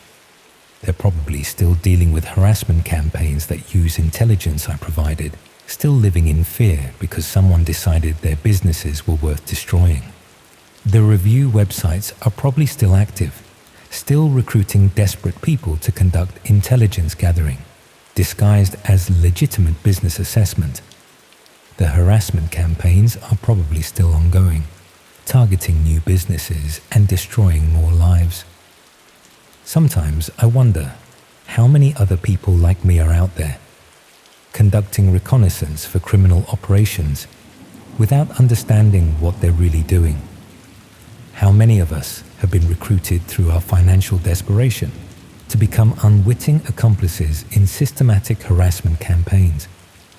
The most frightening thing is how professional the whole operation was.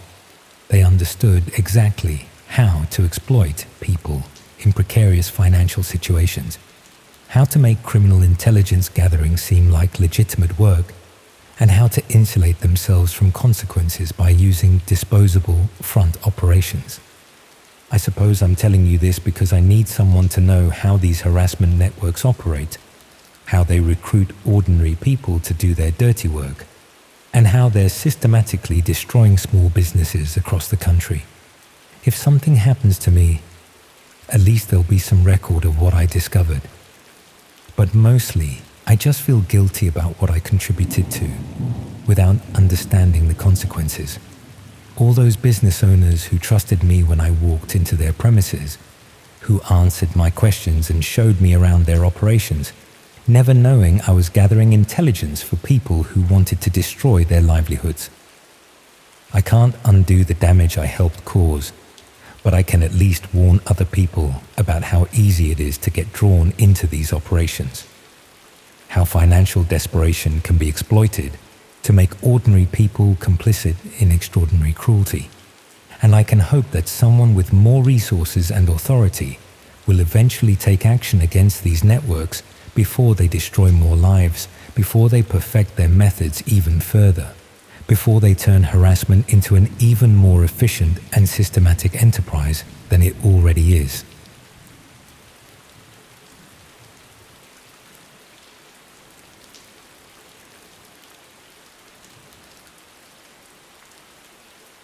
I've never been comfortable on camera, which is probably why it took me so long to realize that something was seriously wrong with the interview I thought I was having. The job opportunity came through the University Careers Service at Bristol, a remote internship with a marketing company that specialized in digital content creation. This arrangement is perfect for someone studying media studies who needed work experience but couldn't afford to take unpaid placements in expensive cities like London. The application process was straightforward enough. I submitted my CV and portfolio through their website, received an automated acknowledgement, and was contacted within a few days to arrange a video interview. Nothing unusual there. Most companies were conducting remote interviews even before the pandemic made them standard practice. The interview was scheduled for a Thursday afternoon, and I'd prepared thoroughly. I'd researched the company, practiced answers to common interview questions, and set up my laptop in my bedroom with decent lighting and a professional-looking background. When the interview time arrived, I received a link to join a video call on a platform I hadn't used before. It wasn't Zoom or Teams, but an alternative that had a similar appearance and sufficient functionality. The interviewer introduced herself as Emma from the Human Resources Department and seemed professional and knowledgeable about the role. The questions were exactly what I'd expected for a marketing internship: experience with social media, understanding of content creation, availability for the proposed work schedule. Emma seemed impressed with my answers and explained that the company was expanding rapidly and needed creative people who could work independently on digital projects. But as the interview progressed, I started noticing small details that seemed odd. Emma's video quality was unusually poor for a professional interview, with lighting and camera angles that made it difficult to see her clearly. She also seemed to be reading questions from a script rather than conducting a natural conversation. More concerning was that she began asking increasingly personal questions that didn't seem relevant to a marketing internship. I have provided details about my living situation, daily schedule, and social relationships that are not suitable for a formal job interview. When I mentioned these concerns, Emma explained that the company's remote work culture required thorough understanding of candidates' circumstances to ensure they could handle the independence and flexibility that the role required. She also mentioned that the interview was being recorded for review by other team members who couldn't attend the live session, which explained why she needed comprehensive answers to all questions, rather than just basic responses. The recording explanation seemed reasonable, but I was starting to feel uncomfortable about the level of personal information I was sharing with someone whose identity I couldn't properly verify due to the poor video quality. Emma concluded the interview by explaining that the selection process included additional assessments and background checks that would take several days to complete. She said I'd be contacted soon with next steps if I was selected to continue in the process. After the interview ended, I tried to research the marketing company more thoroughly and found that while they had a professional-looking website and seemed to be a legitimate business, there was minimal information about their actual operations or staff members. I also couldn't find any record of Emma working for the company, despite her claims about being part of their human resources team. The company's staff listings and contact information didn't include anyone matching her name or role description. When I tried to verify the video calling platform they'd used for the interview, I discovered it wasn't a standard business communication tool, but rather a specialized service that provided enhanced privacy and anonymity features. The platform was designed for people who needed to conduct video communications without revealing their actual identities or locations, with technical features that made it nearly impossible to verify who you were actually speaking with during calls. I realized that I'd probably been interviewed by someone who wasn't affiliated with the marketing company at all, but was using their name and a fake identity to gather personal information from job applicants who had no reason to question the legitimacy of the interview process. But understanding that I'd been deceived didn't immediately clarify what the fake interviewer's actual purpose might have been, or how the personal information I'd shared could be used against me. Over the next few days, I started receiving follow-up communications, supposedly from the marketing company, but the messages contained requests for additional information that seemed excessive, even for thorough background checking procedures. They wanted copies of identification documents, detailed financial information, and even access to my social media accounts for what they claimed was standard vetting of candidates who would be representing their brand through content creation work. The requests were presented professionally and included explanations about industry standards and regulatory requirements that made them seem legitimate to someone who wasn't familiar with normal hiring procedures. But when I tried to verify these requirements with the University Careers Service, they confirmed that legitimate employers wouldn't request such comprehensive personal information during initial stages of the application process. I was being systematically assessed and profiled by people who were using fake job opportunities to gather detailed intelligence about students who were seeking employment and might be vulnerable to various forms of exploitation. The interview process was designed to extract maximum personal information while providing minimal verifiable details about the supposed employer or the actual purposes for which the collected data would be used. When I tried to research whether other students had experienced similar fake interviews, I found scattered reports of job opportunities that seemed legitimate initially, but evolved into requests for inappropriate personal information or involvement in questionable activities. Most students had assumed these were just poorly managed legitimate companies, rather than systematic deception designed to identify and assess potential targets for criminal recruitment or exploitation. The fake marketing company was probably part of a larger operation that used employment opportunities to build comprehensive profiles of students who could be manipulated into participating in various illegal activities. People seeking legitimate work experience were being systematically evaluated for their vulnerability to coercion, their access to valuable information or resources, and their suitability for different types of criminal involvement. But the most disturbing aspect was realizing that the fake interview had probably been conducted by people who specialized in identifying and exploiting vulnerable young people through carefully constructed deception and manipulation. The professional presentation and use of legitimate business terminology had made it nearly impossible to recognize the interview as criminal recruitment rather than genuine employment opportunity. Meanwhile, the operation was probably continuing to target students across multiple universities using similar fake job opportunities to gather intelligence about potential victims while maintaining the appearance of legitimate business recruitment.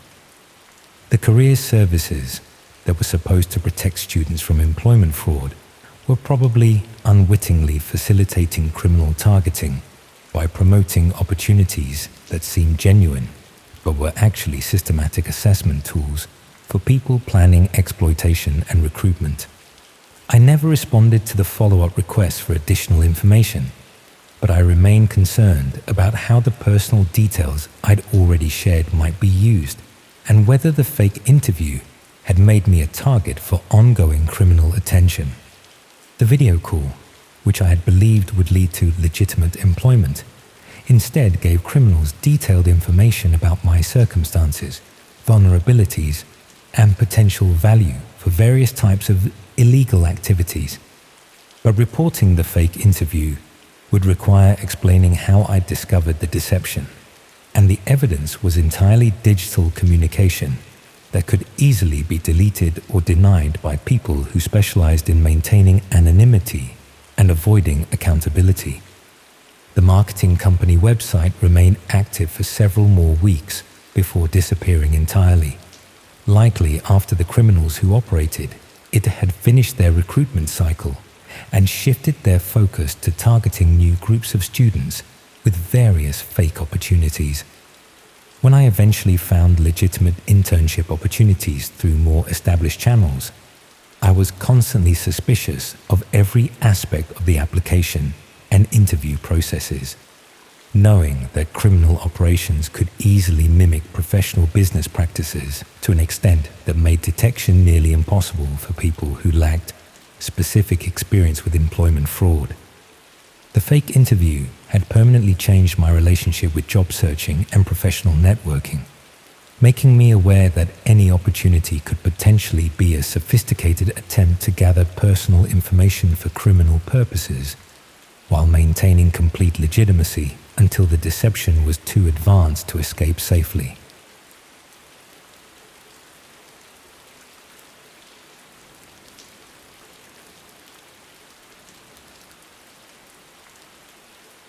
The strangest thing about discovering that your entire life has been arranged by someone else is how normal everything seems until you realize that none of your important decisions were actually your own. And by then, it's far too late to change direction without destroying everything you think you built for yourself. I was 31 when I got offered what seemed like a perfect opportunity to advance my career while helping vulnerable people in ways that weren't possible through traditional counsel services. The offer came through professional channels that looked completely legitimate, targeting exactly the sort of specialized expertise I'd developed over 6 years of working with families in crisis. The job was with something called the Community Resilience Project, described as an innovative approach to social intervention that used data analysis and digital outreach to identify and support at-risk individuals before they reach the point of requiring statutory services.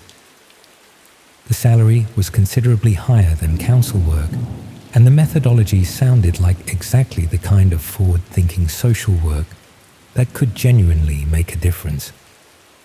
During the interview process, they explained that traditional social services were reactive rather than preventative, waiting for problems to escalate before providing support. The Community Resilience Project aimed to identify vulnerable individuals early and provide discreet assistance before their situations became critical enough to require official intervention. The work would involve analyzing digital footprints and online behavior patterns to identify people who showed signs of developing mental health crises financial difficulties, or social isolation that could lead to more serious problems if left untreated.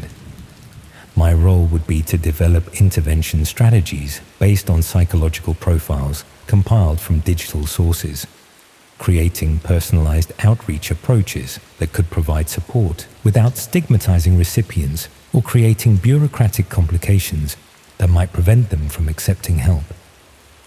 The methodology seemed innovative and ethically sound, using technology to provide early support rather than waiting for people to request help when their situations had already become desperate.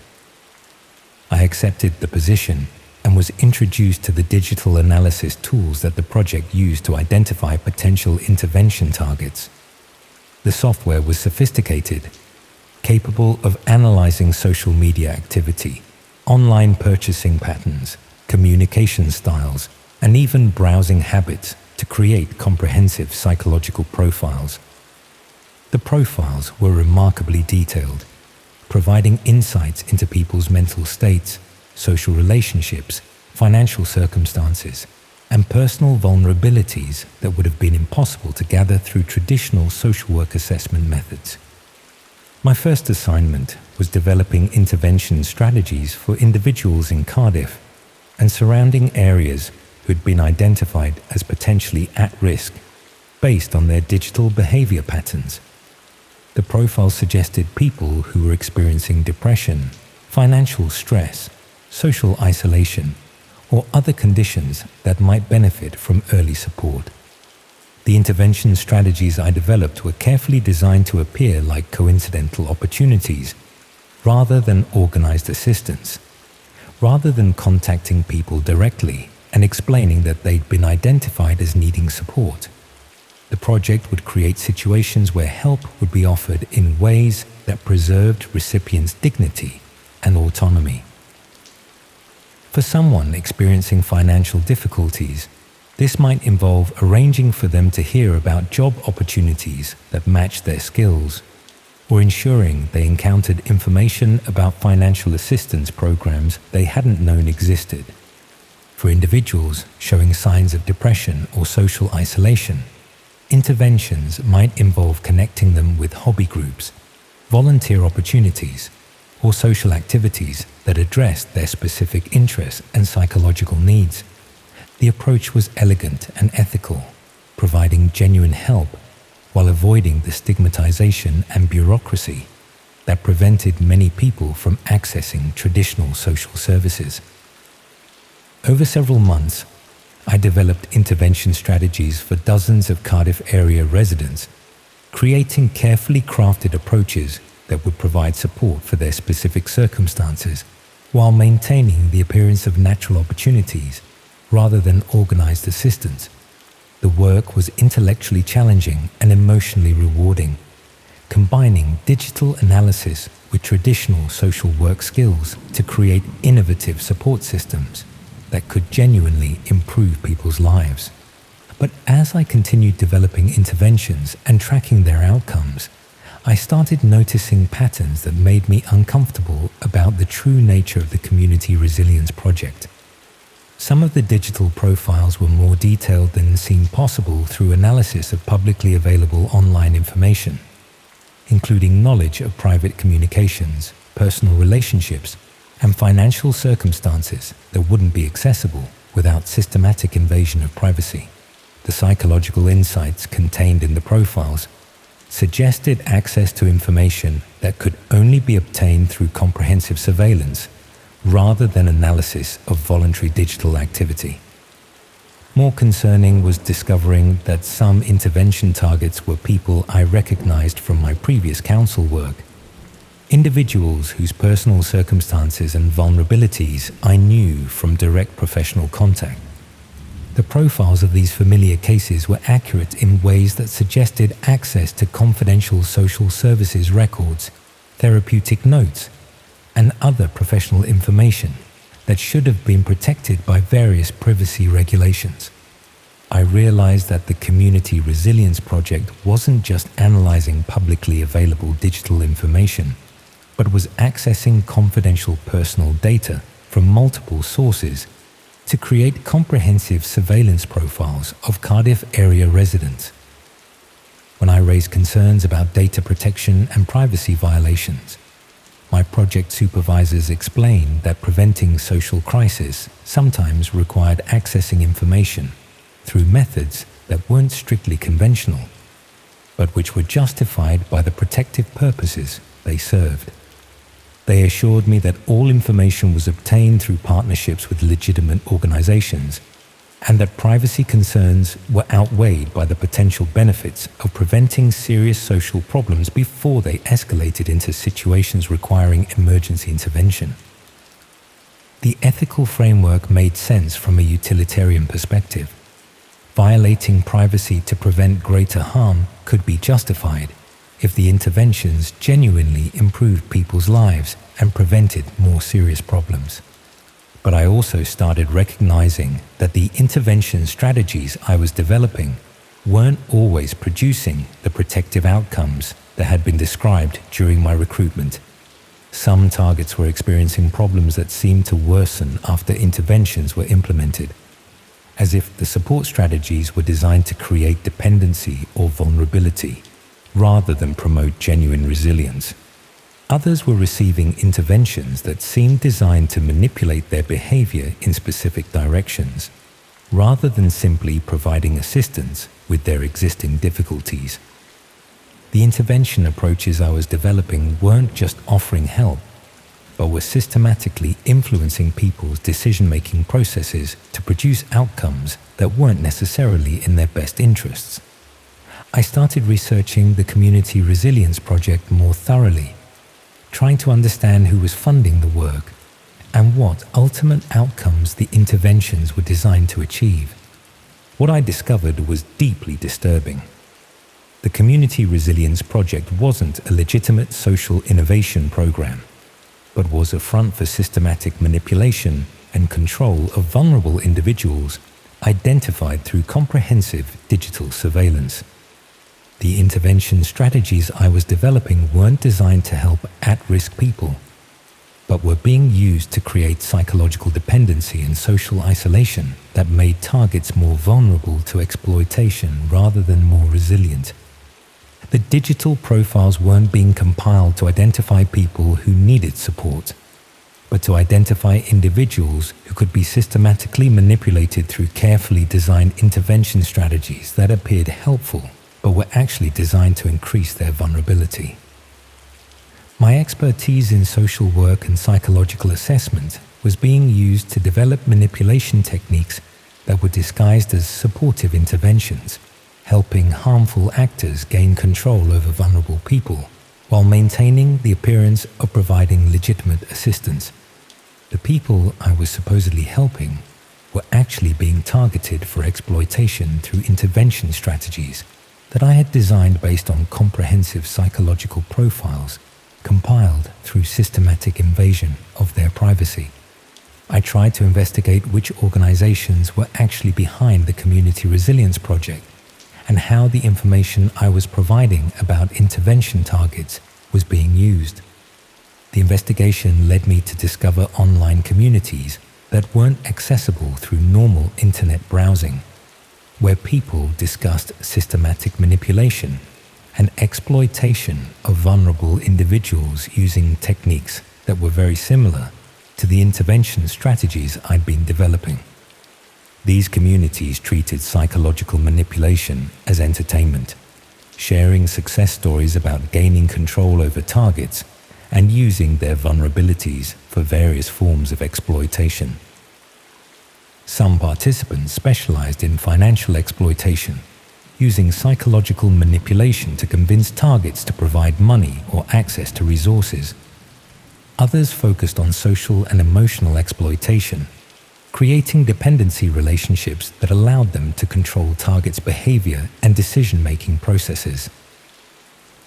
The intervention strategies I'd been developing were being used by these communities as sophisticated manipulation techniques, with my professional social work expertise providing the psychological insights needed to make exploitation appear like genuine assistance.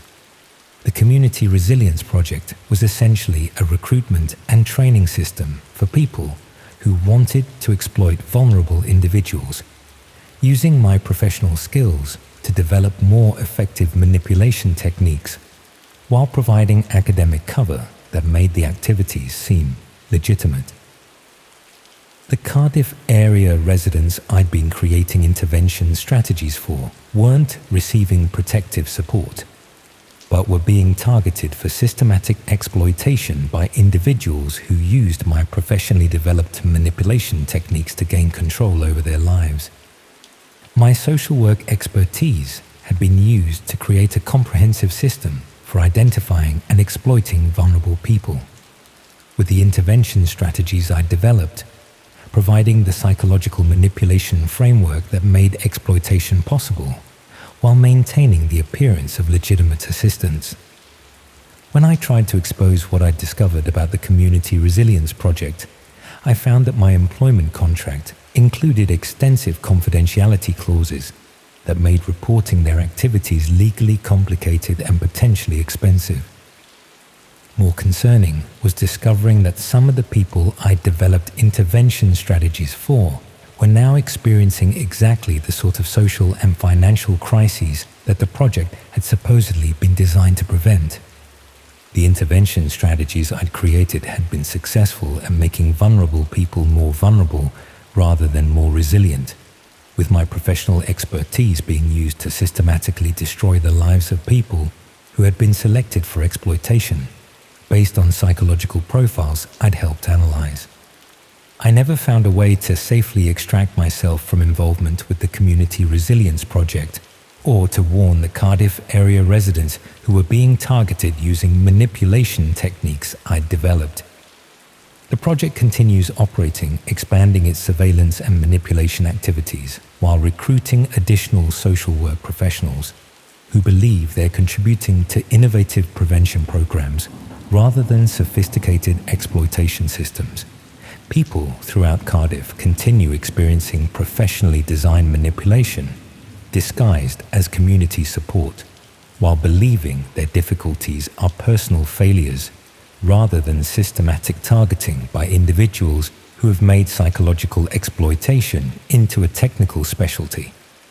I still work in social services, trying to provide genuine support for vulnerable people while knowing that some of the intervention techniques I developed are being used to exploit others in ways that would be impossible without professional psychological expertise. The assignment that seemed like an opportunity to advance my career while helping vulnerable people turned out to be developing manipulation techniques for systematic exploitation of the same types of people I'd become a social worker to protect. My professional expertise continues being used to harm vulnerable individuals throughout Cardiff, while the Community Resilience Project continues recruiting social work professionals who believe they're contributing to innovative prevention programs, rather than providing technical support for systematic psychological exploitation disguised as community assistance.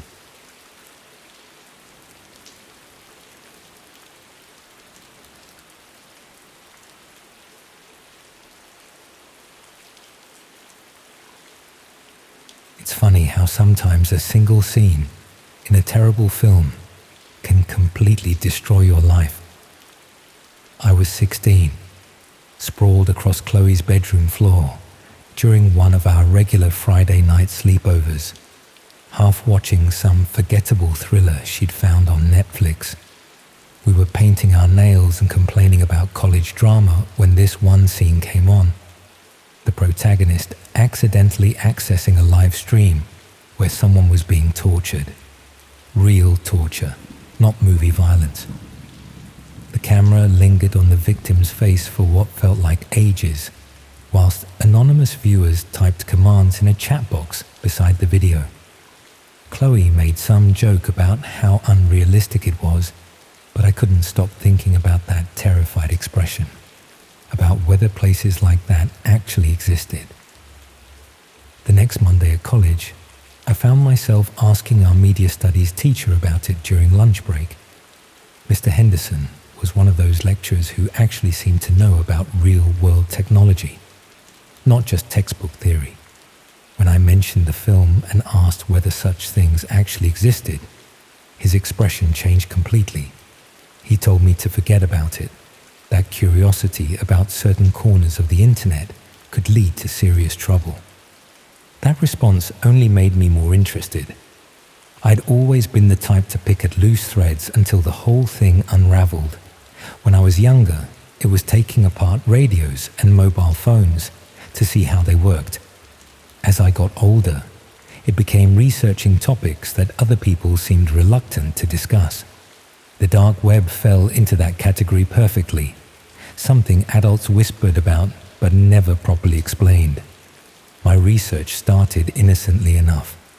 I spent hours reading articles about online privacy, digital anonymity, and the history of encrypted networks. Most sources treated the subject academically, discussing the legitimate uses for secure browsing and the importance of protecting digital freedom. But buried within these discussions were casual references to more sinister applications. The technical setup was surprisingly straightforward. Within a week of starting my research, I'd managed to access the hidden networks that everyone talked about, but few seemed to have actually visited. My parents worked long hours. Mum as a nurse at Queen's Medical Centre, Dad managing a small engineering firm, so I had plenty of unsupervised time at home to explore. Initially, the dark web was disappointing. Most sites looked amateurish, with basic layouts and minimal content. I found forums discussing digital privacy, marketplaces selling questionable goods, and endless political discussions. Nothing particularly shocking or dangerous, just people who preferred anonymity for their online activities. But I kept digging deeper. The first hint of something more serious came through a forum dedicated to extreme content. Users discussed videos and streams that weren't available through conventional platforms, sharing links and recommendations for increasingly disturbing material. The conversations were coded, using euphemisms and references that took me weeks to decode. Red rooms were mentioned occasionally, always in hushed, reverent tones. According to the discussions I found, these were live streams where viewers could watch and sometimes direct real violence against unwilling participants. Most users claimed they were urban legends, elaborate hoaxes designed to frighten newcomers. But a few insisted they were real, sharing cryptic instructions for accessing genuine broadcasts.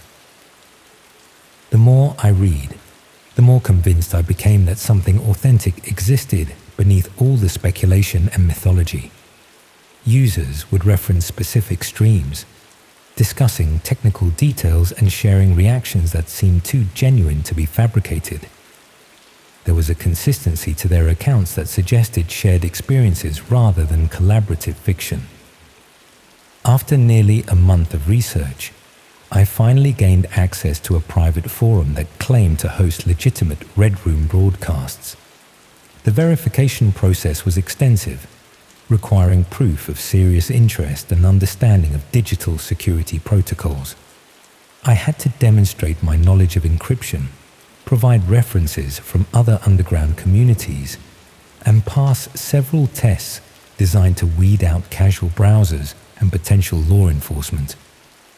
The forum itself was unlike anything I'd encountered in my weeks of exploration. Professional-looking, well-organized, with strict rules about behavior and content sharing. Users were required to maintain consistent personas, contribute meaningfully to discussions, and demonstrate ongoing commitment to the community. This wasn't a place for tourists or thrill seekers. Live broadcasts were announced days in advance, with detailed information about technical requirements and viewing protocols. The descriptions were deliberately vague, referring to interactive experiences and immersive content without explicitly stating what viewers would witness. But the anticipation in the forums was obvious. users discussing upcoming streams with an excitement that made my stomach turn. I told myself I was conducting research, satisfying academic curiosity about a phenomenon I'd only read about. Part of me still believed these broadcasts would turn out to be elaborate hoaxes, carefully staged performances designed to convince gullible viewers. But another part, a part I didn't want to acknowledge, was genuinely excited about the possibility of witnessing something real and forbidden. The first stream I attended was scheduled for a Wednesday evening. I waited until my parents had gone to bed, then settled in my bedroom with my laptop and a pair of headphones. The technical setup was more complex than regular streaming, requiring specific software and connection protocols. By the time everything was configured properly, I was sweating despite the cool October weather. The broadcast began precisely at midnight. Unlike the grainy, amateurish content I'd expected, the image quality was exceptional. Multiple camera angles showed what appeared to be a basement or cellar, professionally lit and equipped with various items I couldn't immediately identify. The production values rivaled anything on mainstream television. A figure wearing dark clothing and a simple mask entered the frame, moving with methodical precision as they prepared the space for whatever was about to happen. They never spoke directly to the camera, but occasionally gestured toward specific areas or objects, suggesting they were aware of the viewing audience. Then the victim was brought in. I use that word deliberately now, though at the time I couldn't bring myself to think of them that way. They appeared confused, disoriented, looking around the space as if trying to understand their situation. They seemed to be about my age, maybe slightly older, with the kind of ordinary appearance that made them feel real rather than like an actor in a performance. What followed was the systematic destruction of another human being. Not quickly, not mercifully, but slowly and deliberately, with clear attention to the viewing audience's presumed preferences. The masked figure would occasionally pause to check messages from viewers, sometimes adjusting their approach based on suggestions or requests. I should have stopped watching immediately, should have closed the laptop and tried to forget what I'd seen. Instead, I found myself transfixed, unable to look away from something I knew was fundamentally wrong. The professional presentation, the interactive elements, the victim's genuine terror, everything confirmed that this wasn't a performance or simulation. The stream continued for nearly 3 hours. By the end, I was physically sick and shaking uncontrollably.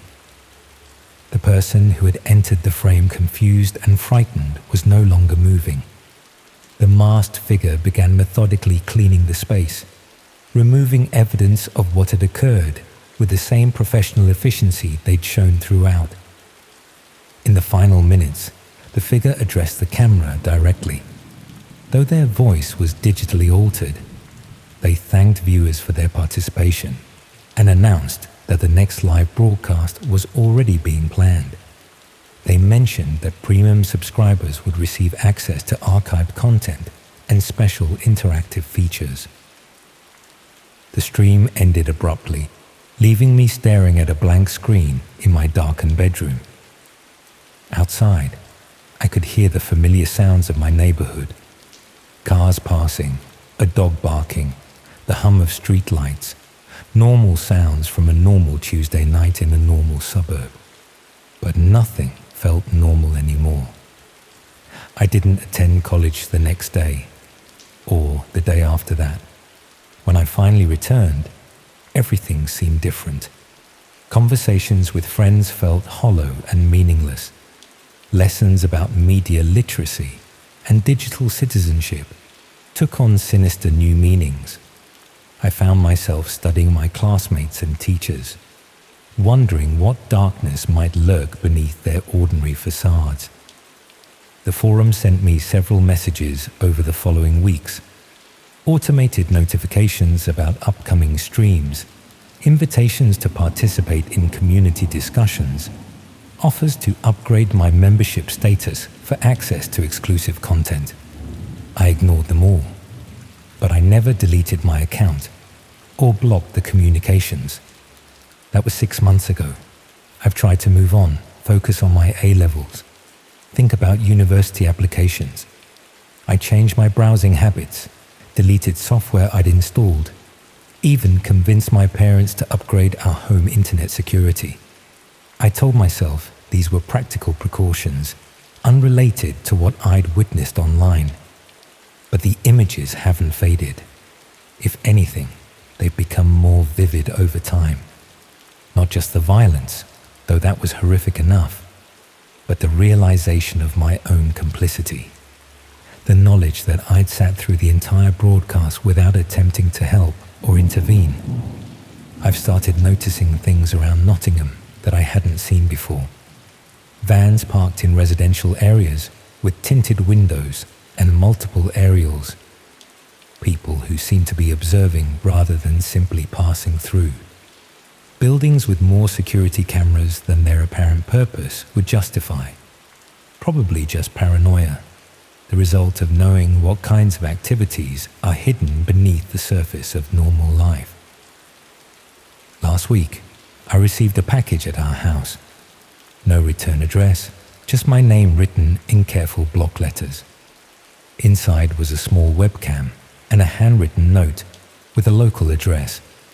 The note simply said, "Ready for the next level. Thursday 11 p.m. I threw the camera in my bedroom bin immediately, but I memorized the address before disposing of the note.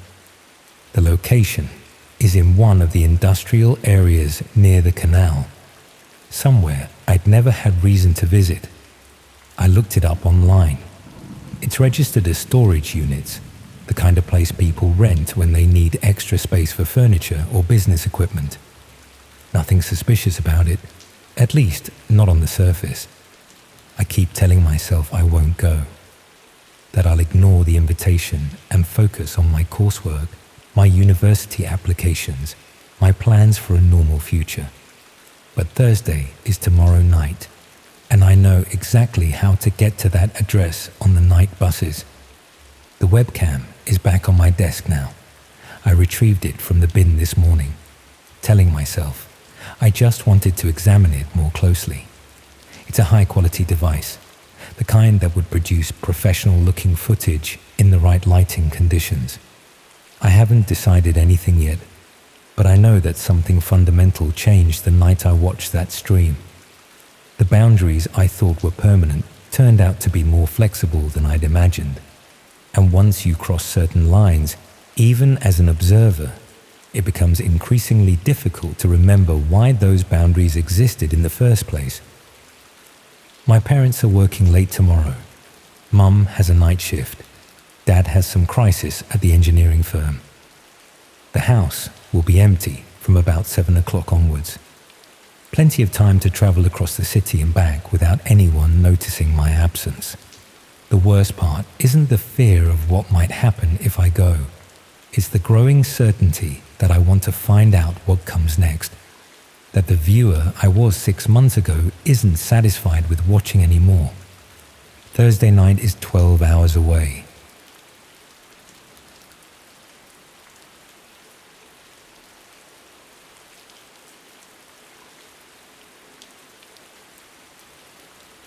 Carrying around a burner phone becomes normal quicker than you'd expect. One of those cheap pay-as-you-go things, always switched off, always with a fresh SIM, always ready to be thrown in a bin if something doesn't feel right. It's the sort of routine that only makes sense after 8 months of work you'd rather pretend didn't happen. Blackpool's where the running has paused for now. A seafront hotel with stale damp in the walls and a receptionist who looks the other way when you pay in cash. The job that led to all this started out harmless enough. Writing dating profiles for people who needed help presenting themselves. Then the redundancy hit, and the clients who found me afterwards were looking for something very different. I'd been writing dating profiles professionally for about 7 years before the redundancy. It wasn't what I'd imagined doing with an English degree, but the work was steadier than I'd expected and paid better than most freelance writing. People would send me their photos, a brief description of themselves, and I'd craft an appealing profile that highlighted their best qualities, while being honest enough to attract compatible matches. The company I worked for specialized in helping people who struggled with self-presentation, usually professionals who were too busy for the trial and error process of online dating, or people who just weren't confident about selling themselves in writing. It was surprisingly rewarding work. I'd received messages from clients who'd found partners through profiles I'd written, thanking me for helping them present themselves authentically. When the company restructured and let most of the writing team go, I tried finding similar work with their competitors, but the market was saturated, and most companies were moving toward automated profile generation rather than human writers. I was 41 years old with a very specific skill set that was being made obsolete by software that could churn out adequate profiles in seconds. After a few months of unsuccessful applications, I started offering freelance profile writing services through various websites. The rates were lower than I'd been earning, but at least it was work that utilized my skills. Most clients were straightforward, people who needed help creating authentic profiles that would attract the right matches. That's when I received a message from someone who called himself Mr. Davidson. He represented what he described as a specialist matchmaking service for people who valued privacy and discretion. They needed experienced profile writers who could create compelling identities for clients who couldn't use their real information on mainstream dating platforms. The rate he offered was exceptional, nearly £3,000 per month for what he estimated would be about 20 hours of work per week.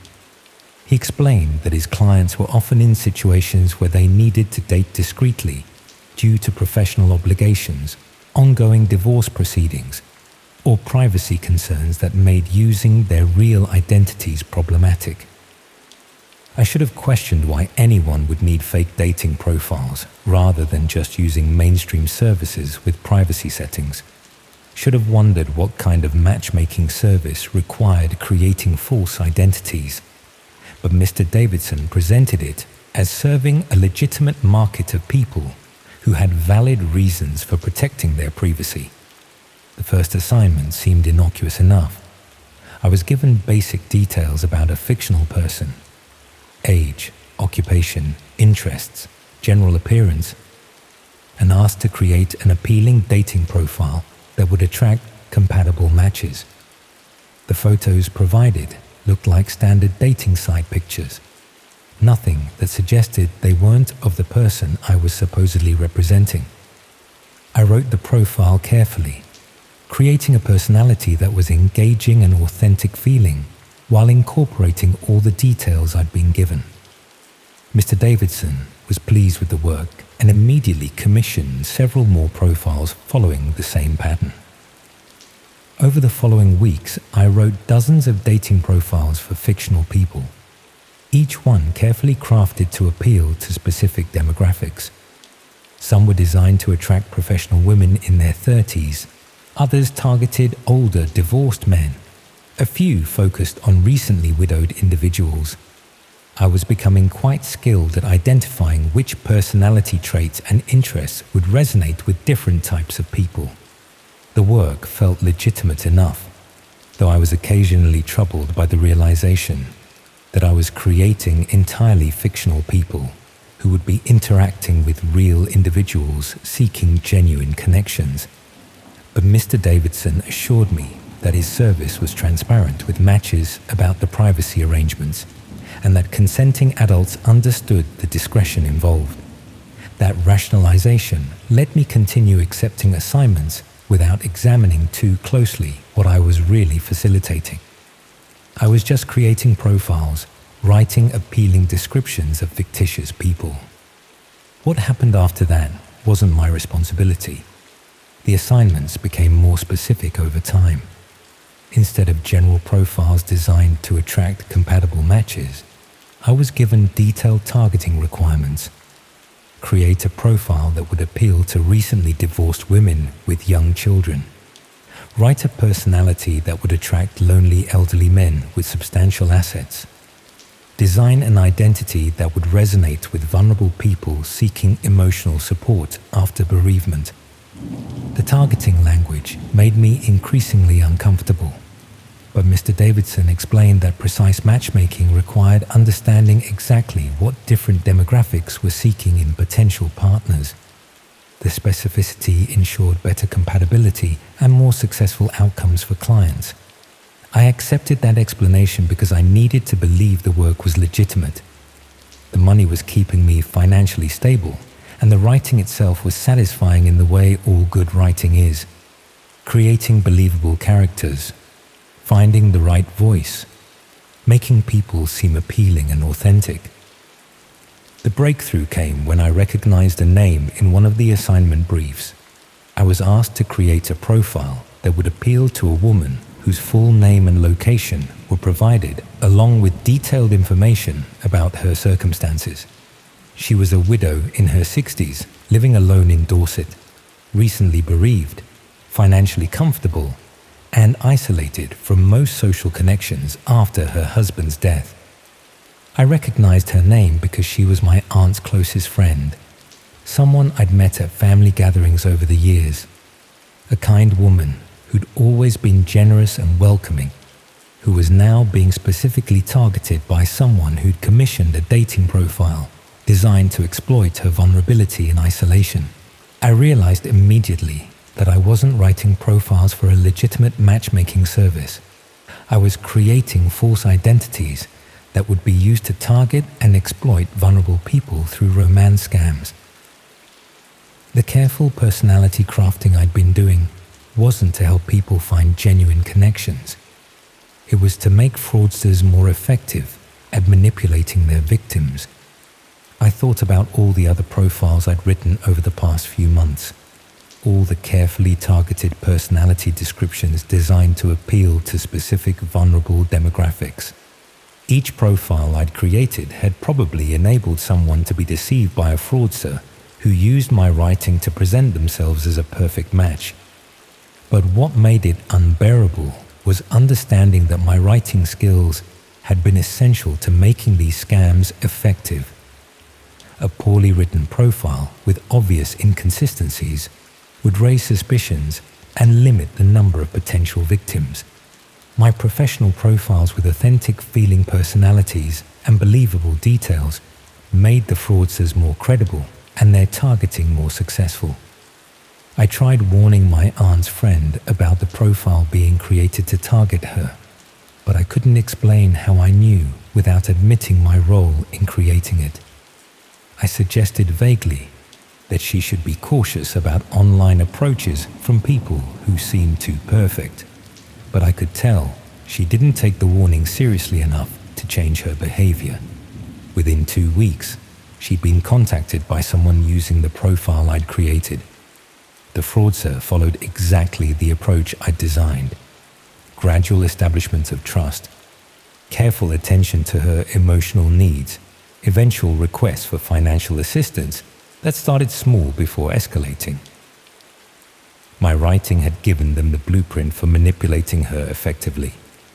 She lost nearly £40,000 before her family realized what was happening and intervened. The fraudster had used every psychological insight I'd built into the profile to maintain her trust, even when requests for money became increasingly unreasonable. My carefully crafted personality had been so believable that she'd continued sending money despite growing doubts. That's when I started documenting all the profiles I'd created, trying to understand the full scope of what I'd enabled. What I found was systematically organized fraud targeting vulnerable people across the country. The profiles I'd written weren't being used by individual fraudsters. They were being sold through hidden marketplaces to multiple scammers who'd purchase personalities designed to target specific demographics.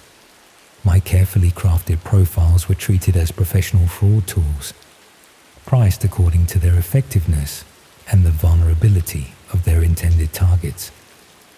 I found marketplace listings offering profiles I'd written organized by target demographic and likely financial return. A profile designed to attract recently bereaved women was listed as high value because the targets were often emotionally vulnerable and had access to life insurance or inheritance. Another targeting divorced men emphasized the likelihood of success because middle-aged men were statistically more susceptible to romance scams. Each profile included not just the personality description I'd written, but also detailed guidance on how to use it effectively, scripts for initial contact, advice on building trust, techniques for introducing financial requests. My writing had been incorporated into comprehensive fraud packages that enabled even inexperienced scammers to target vulnerable people effectively. Some profiles I recognized had been used in dozens of different scams simultaneously. The same carefully crafted personality I'd created would be deployed by multiple fraudsters targeting different victims in different regions. My writing had been industrialized, turned into a template that enabled systematic exploitation of vulnerable people. But what disturbed me most was discovering profiles designed to target specific individuals, not general demographics, but actual named people whose circumstances had been researched in detail, with profiles custom written to exploit their particular vulnerabilities. These weren't opportunistic scams hoping to find vulnerable targets. They were precisely planned operations targeting people who'd been identified as especially susceptible. I found requests for profiles targeting recently widowed women whose husbands had died in specific circumstances, profiles designed to appeal to men dealing with particular health conditions, even profiles aimed at exploiting people recovering from addiction or mental health crises. Each one was commissioned with detailed intelligence about the target's vulnerabilities and designed to present the perfect personality to exploit those specific weaknesses. My aunt's friend had been one of these targeted individuals. Someone had researched her circumstances, identified her vulnerability, and commissioned a profile specifically designed to exploit her isolation and grief. The profile I'd written had been custom built to manipulate her, using everything I knew about writing convincing characters to create the perfect fraudulent suitor. The realization that I'd enabled systematic targeting of vulnerable people was devastating. But what made it unbearable was understanding how effective my writing had been. The profiles worked precisely because they were well written, because I'd applied genuine creative skill to making fraudulent identities seem authentic and appealing. I tried contacting the police about what I'd discovered, but explaining my role without admitting extensive complicity proved impossible. I'd been writing fraud profiles for months. Accepting substantial payment for work I should have recognized wasn't legitimate. The profiles I'd created had enabled serious financial and emotional harm to real people. The officer I spoke to was professional but frank. I'd knowingly created tools for systematic fraud, providing professional writing services that enabled criminals to exploit vulnerable people. Cooperation might be valuable for their investigation, but I shouldn't expect immunity from prosecution for my role in facilitating romance scams. I was advised to stop writing profiles immediately and refuse further contact with Mr. Davidson. But he'd already anticipated that possibility. I started receiving messages reminding me of the detailed records they had of my profile writing, documentation that showed my professional involvement in creating fraud tools that had enabled substantial harm. The messages emphasized that writers who cause problems would face both legal consequences and more immediate difficulties. They had my details, knew my circumstances, had already demonstrated they could research people thoroughly enough to enable targeted fraud. If I caused trouble, They'd ensure authorities understood my active role in systematic exploitation of vulnerable people.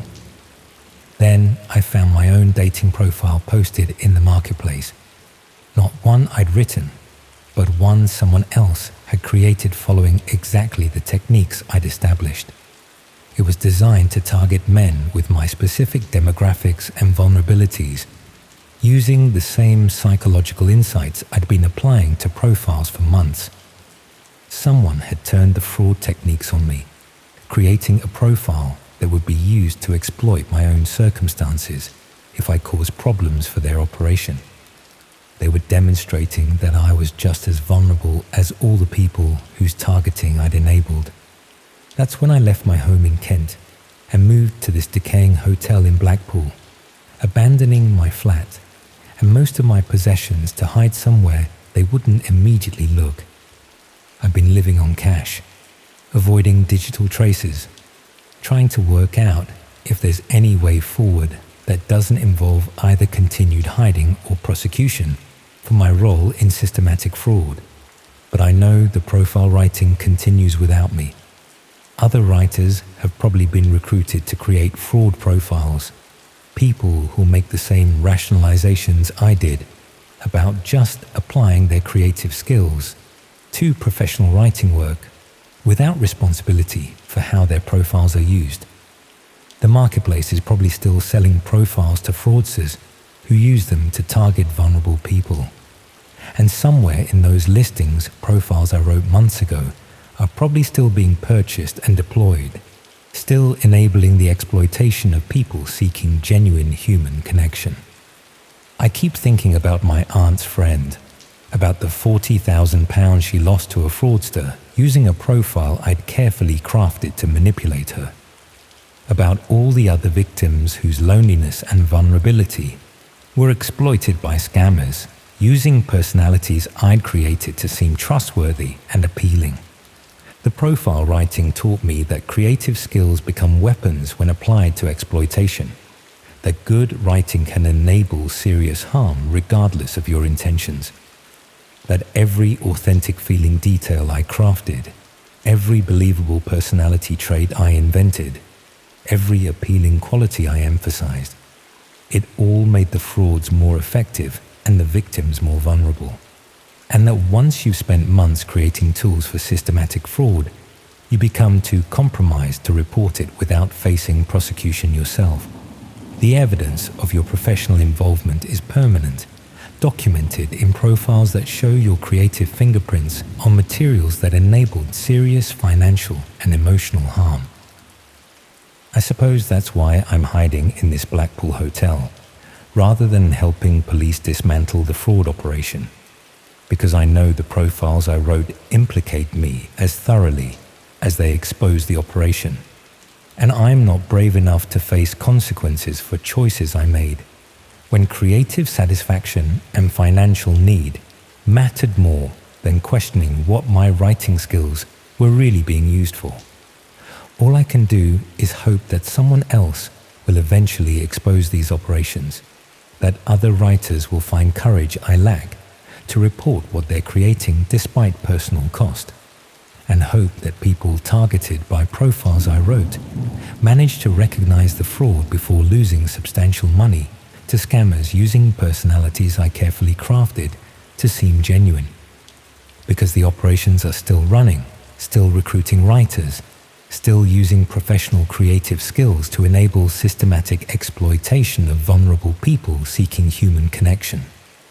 And I helped establish the standards, helped prove that well-written profiles are more effective fraud tools, helped create an industry that treats creative writing as a weapon for psychological manipulation and financial exploitation.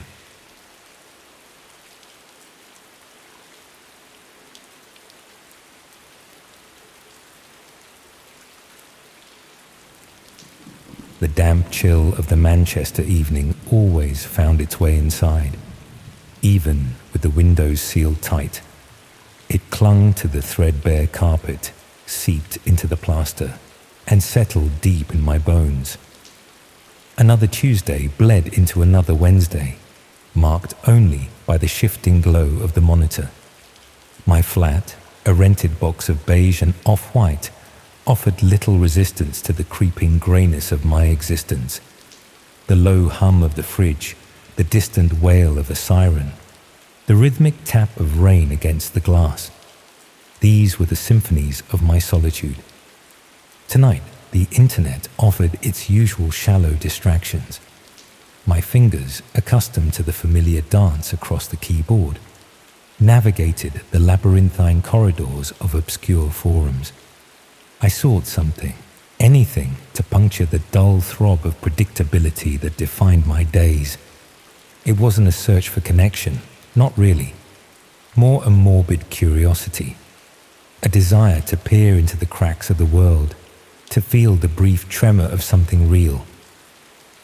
That's how I found it, a whispered link on a thread dedicated to forgotten corners of the darknet.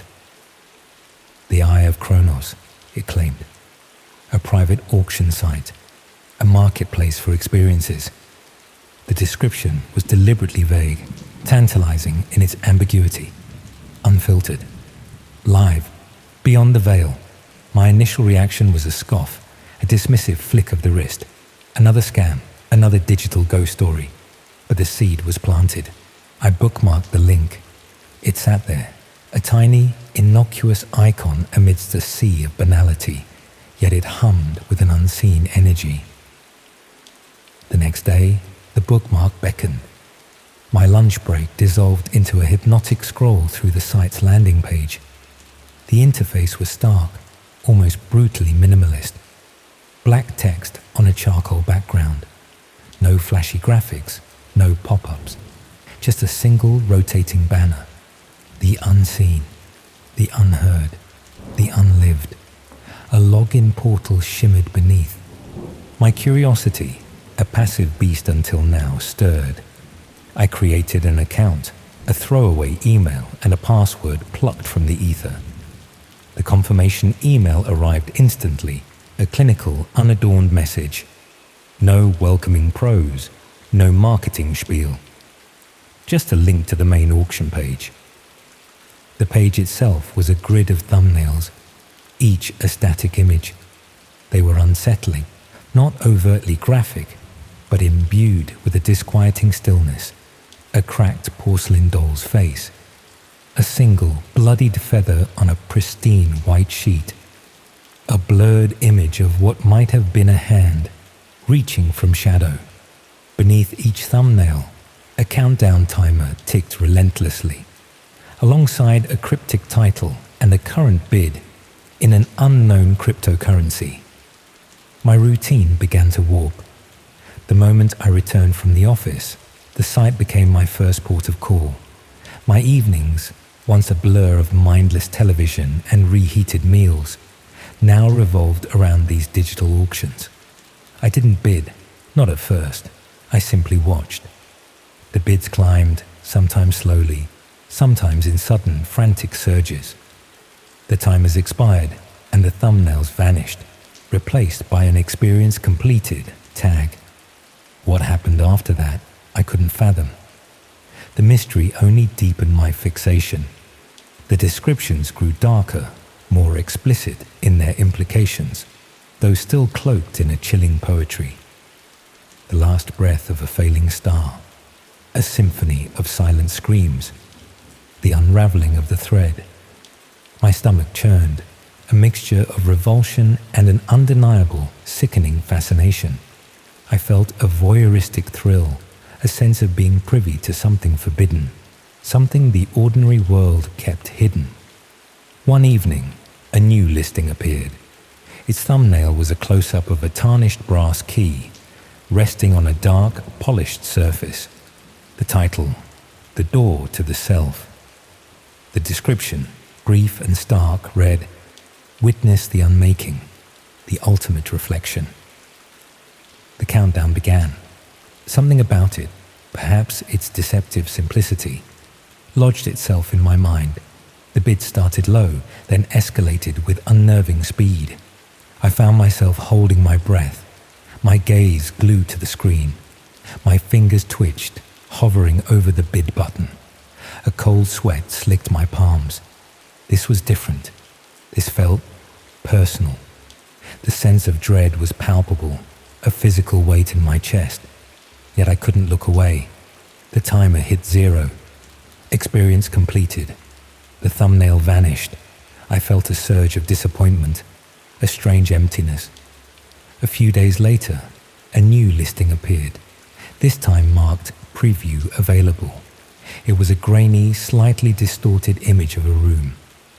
My breath hitched. The wallpaper, the faded floral pattern, peeling at the seams near the ceiling, was unmistakably familiar. It was the wallpaper in my own living room. A cold, sharp shock traveled through me. My flat. It couldn't be. My eyes darted around the room, confirming the impossible. The slight scuff mark near the skirting board, the way the light caught the dust motes dancing above the old armchair. It was all there. A tremor ran through me, a primal fear seizing my gut. I clicked the preview button. The image expanded, still grainy, but undeniably my flat. A low, almost imperceptible hum emanated from the speakers. It was the hum of my fridge, the soft, rhythmic click of the old wall clock in the hallway. My heart hammered against my ribs, a frantic bird trapped in a cage. My mind raced, scrambling for an explanation. A prank? A sophisticated hack? But how? There were no cameras, no hidden devices I knew of. I lived alone. My landlord, a stoic man who communicated solely through terse emails, rarely visited. No one had keys but me. The thought of an intruder, a hidden presence, sent a shiver down my spine that had nothing to do with the damp. I stared at the screen, a bizarre mirror reflecting my own reality, twisted and distorted. I searched the image, desperate for a clue, a sign of artifice. Nothing. It was simply my living room, empty, waiting. The anonymity of the internet, once a comforting cloak, now felt like a gaping maw. The listing had a title, The Observer Observed, and a chilling description. A life unfolds, unseen, unjudged, until now. The countdown timer was already running. This wasn't an auction. This was a live stream. My fingers, numb with shock, navigated to the main page. All other listings had vanished. Only The Observer Observed remained, now prominently displayed, a single, horrifying invitation. The preview button had changed to View Stream. I hesitated, my cursor hovering. Every fiber of my being screamed at me to close the browser, to unplug the router, to smash the computer. But the morbid curiosity, the desperate need to understand, held me captive. This was it, the ultimate unfiltered experience. And it was mine. I clicked. The screen flickered, then resolved into a live feed. My living room, in real time. The same muted colors, the familiar clutter. The light from my monitor casting a faint glow on the opposite wall. I could see myself, a shadowy figure reflected in the glass of the screen within the screen. The perspective was static, as if from a fixed point in the corner of the room, high above the bookshelf. A low, guttural gasp escaped me. My own living room, my own life laid bare. I felt a profound violation, a stripping away of all privacy, yet no one was physically here. It was a ghost in the machine, a digital phantom. Then a sound, a faint, almost imperceptible creak from the hallway. My blood ran cold. The flat was silent, save for the hum of my electronics. But the stream, that accursed stream, picked up everything. The creak again, closer this time. My eyes darted to the screen. The door to my flat, usually locked with a deadbolt, was slowly, silently opening. A sliver of darkness appeared, then widened. My breath caught in my throat. I couldn't move.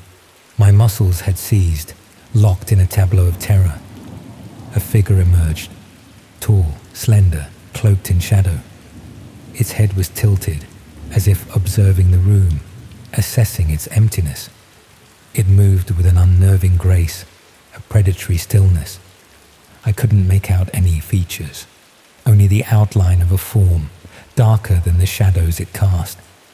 It stepped fully into the living room, its presence a palpable weight that pressed down on me, even through the screen.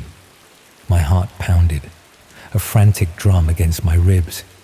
I wanted to scream, to shout, to run, but I was paralyzed, a voyeur to my own nightmare. The figure paused, its gaze seemingly fixed on the spot where I sat, transfixed.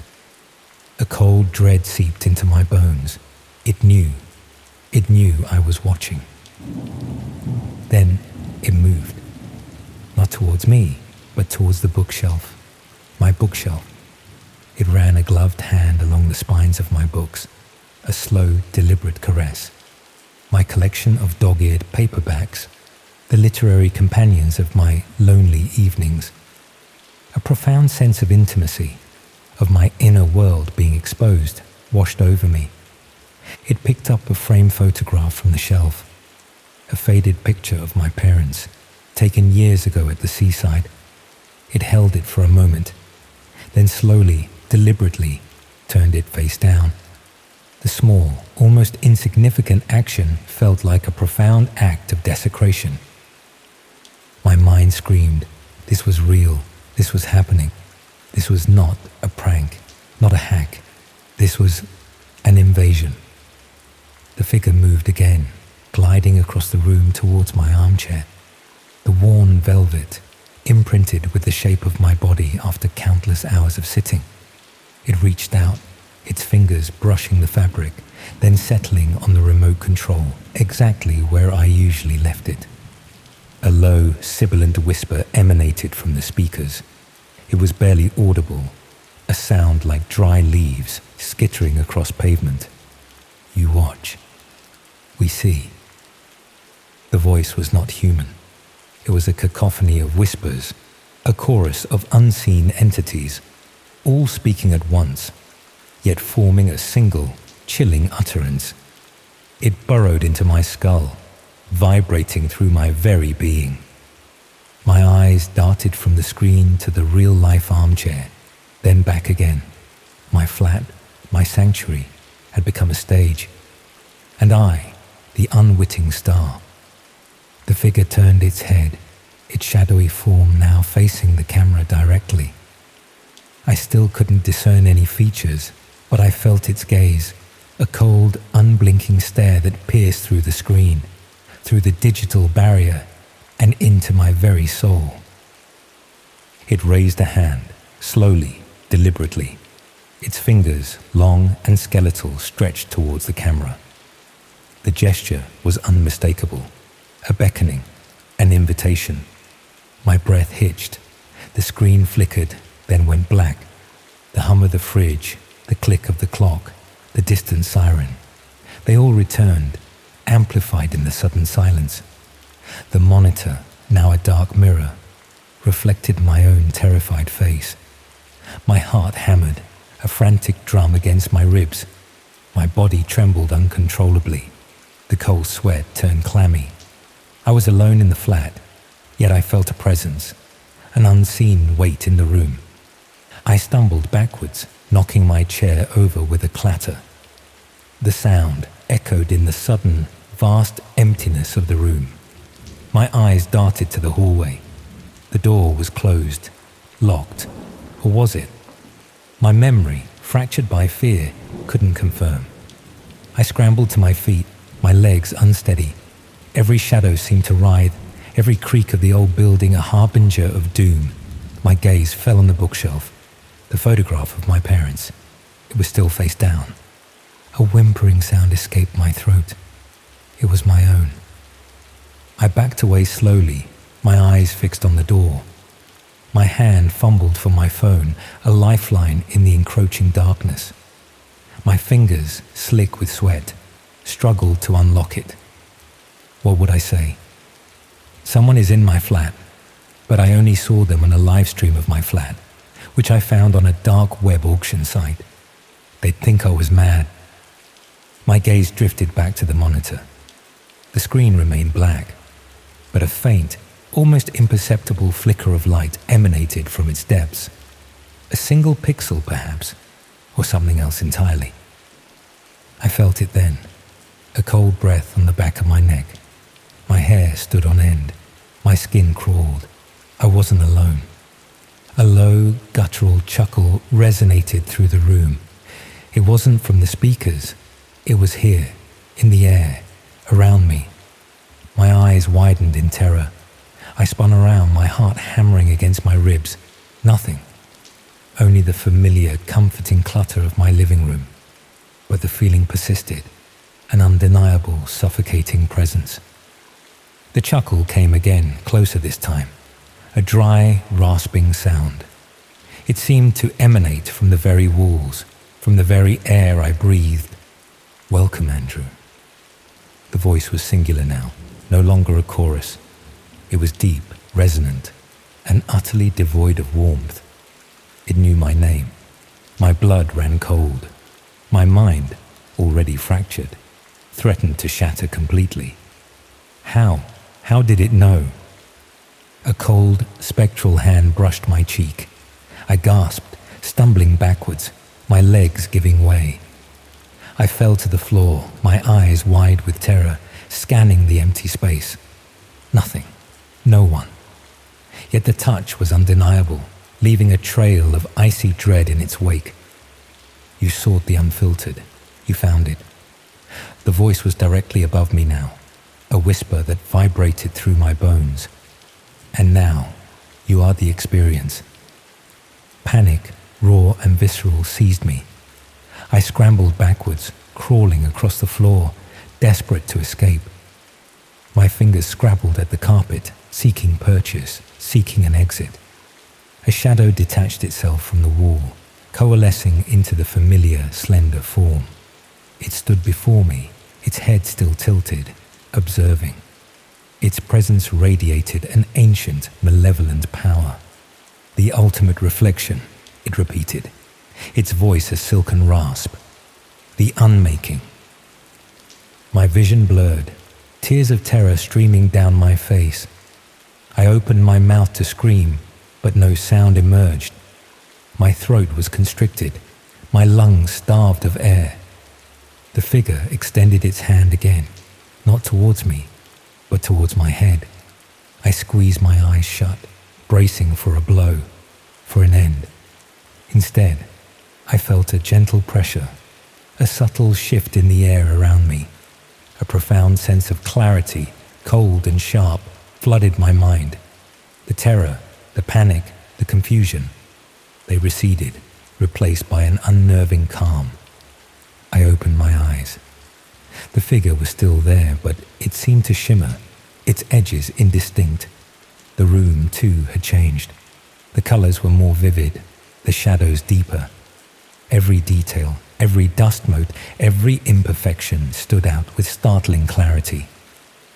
"You are free to observe," the voice murmured, now seemingly coming from everywhere and nowhere, from within. I tried to move, to speak, but my body felt distant, unresponsive. It was as if I was watching myself, a silent spectator in my own skin. My arms, my legs, my hands, they were no longer mine to command. The figure receded, melting back into the shadows from which it came. The room returned to its mundane state, the familiar clutter, the muted colors, but I was no longer the same. I stood up, my movements slow, deliberate, as if I were a puppet on invisible strings. I walked to the monitor, my eyes fixed on the black screen. The single flickering pixel was still there, a tiny, defiant pinprick of light in the darkness. I raised my hand, my own hand, and touched the screen. The pixel pulsed, brighter now, then expanded. It bloomed into an image, a new live stream. It was a room, an unfamiliar room, filled with strange, archaic objects. A flickering candlelight cast dancing shadows on the walls. A figure sat at a table, hunched over a glowing screen. I leaned closer. The screen within the screen showed a grid of thumbnails. One of them, prominently displayed, was a close-up of a tarnished brass key. The title, The Door to the Self. My mind, now unnervingly calm, understood. The cycle, the endless, horrifying loop. I felt a faint, almost imperceptible smile touch my lips. Not my smile, but a smile nonetheless. The cold, analytical observer within me approved. The man on the screen, hunched over his monitor, was unaware. He was about to click the preview button.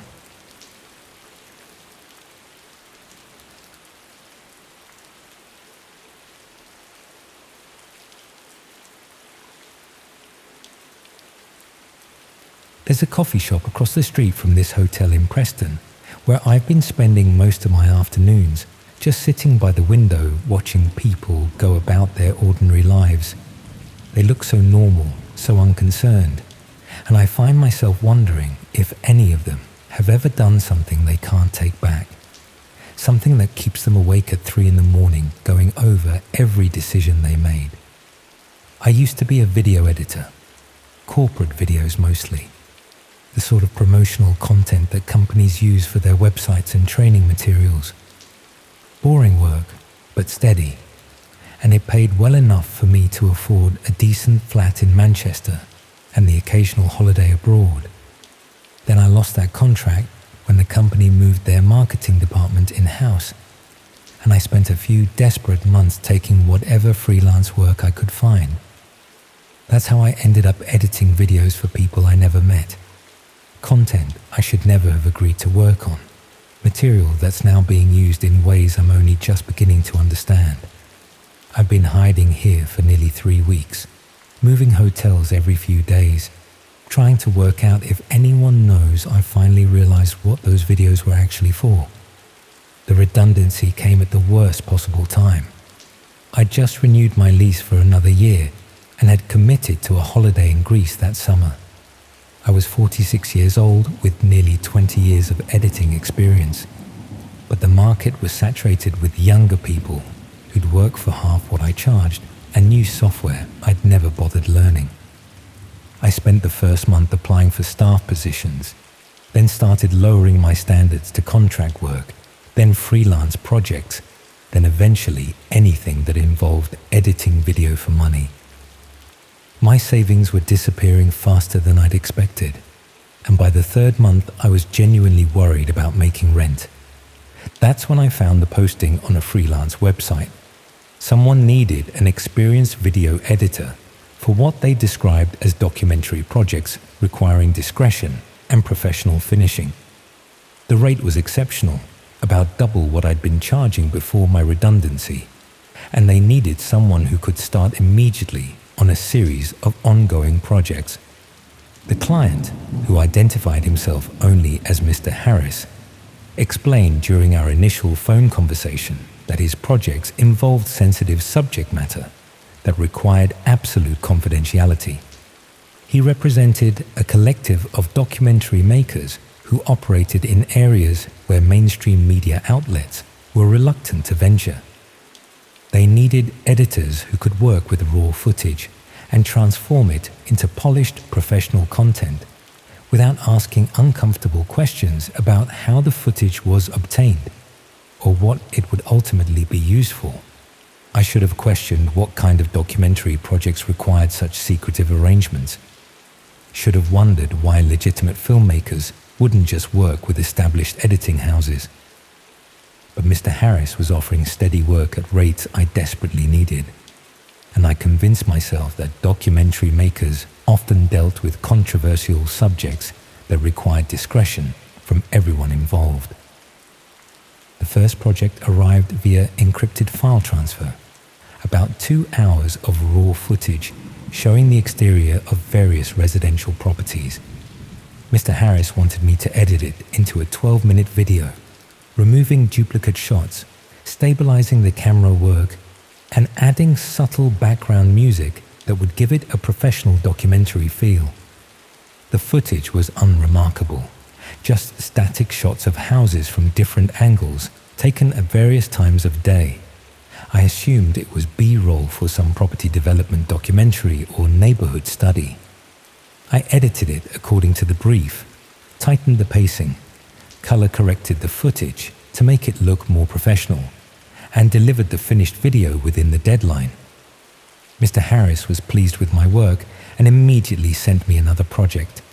This one included footage of people going about their daily routines, leaving their homes, getting into cars, walking to local shops. Again, I edited it into a polished short documentary, assuming it was part of some anthropological study or social observation project. The work continued steadily over the following weeks. I'd receive raw footage of various subjects, properties, people, public spaces, and edit them into professional-looking short documentaries. The pay was excellent, the deadlines were reasonable, and I was grateful to have found steady work that utilized my skills. But I started noticing patterns in the footage that made me increasingly uncomfortable. Many of the videos focused on elderly people living alone, documenting their routines with obsessive detail. Others showed children playing in gardens or walking to school, filmed from positions that suggested the camera operator was concealing themselves. When I questioned Mr. Harris about the nature of these documentary projects, he explained they were studying vulnerable populations to better understand social isolation and community support needs. The footage was being used to develop interventions and support services for at-risk individuals. That explanation seemed plausible enough, though I was troubled by the covert nature of the filming. Surely legitimate social research would require informed consent from subjects, not secret surveillance. But Mr. Harris assured me the research ethics had been properly managed and my role was simply to edit the footage professionally, not to concern myself with research methodology. I accepted that explanation because I needed to believe the work was legitimate. The money was keeping me financially stable, and I'd developed a routine that felt almost like having a real job again. I couldn't afford to lose the income by asking uncomfortable questions that might cost me the contract.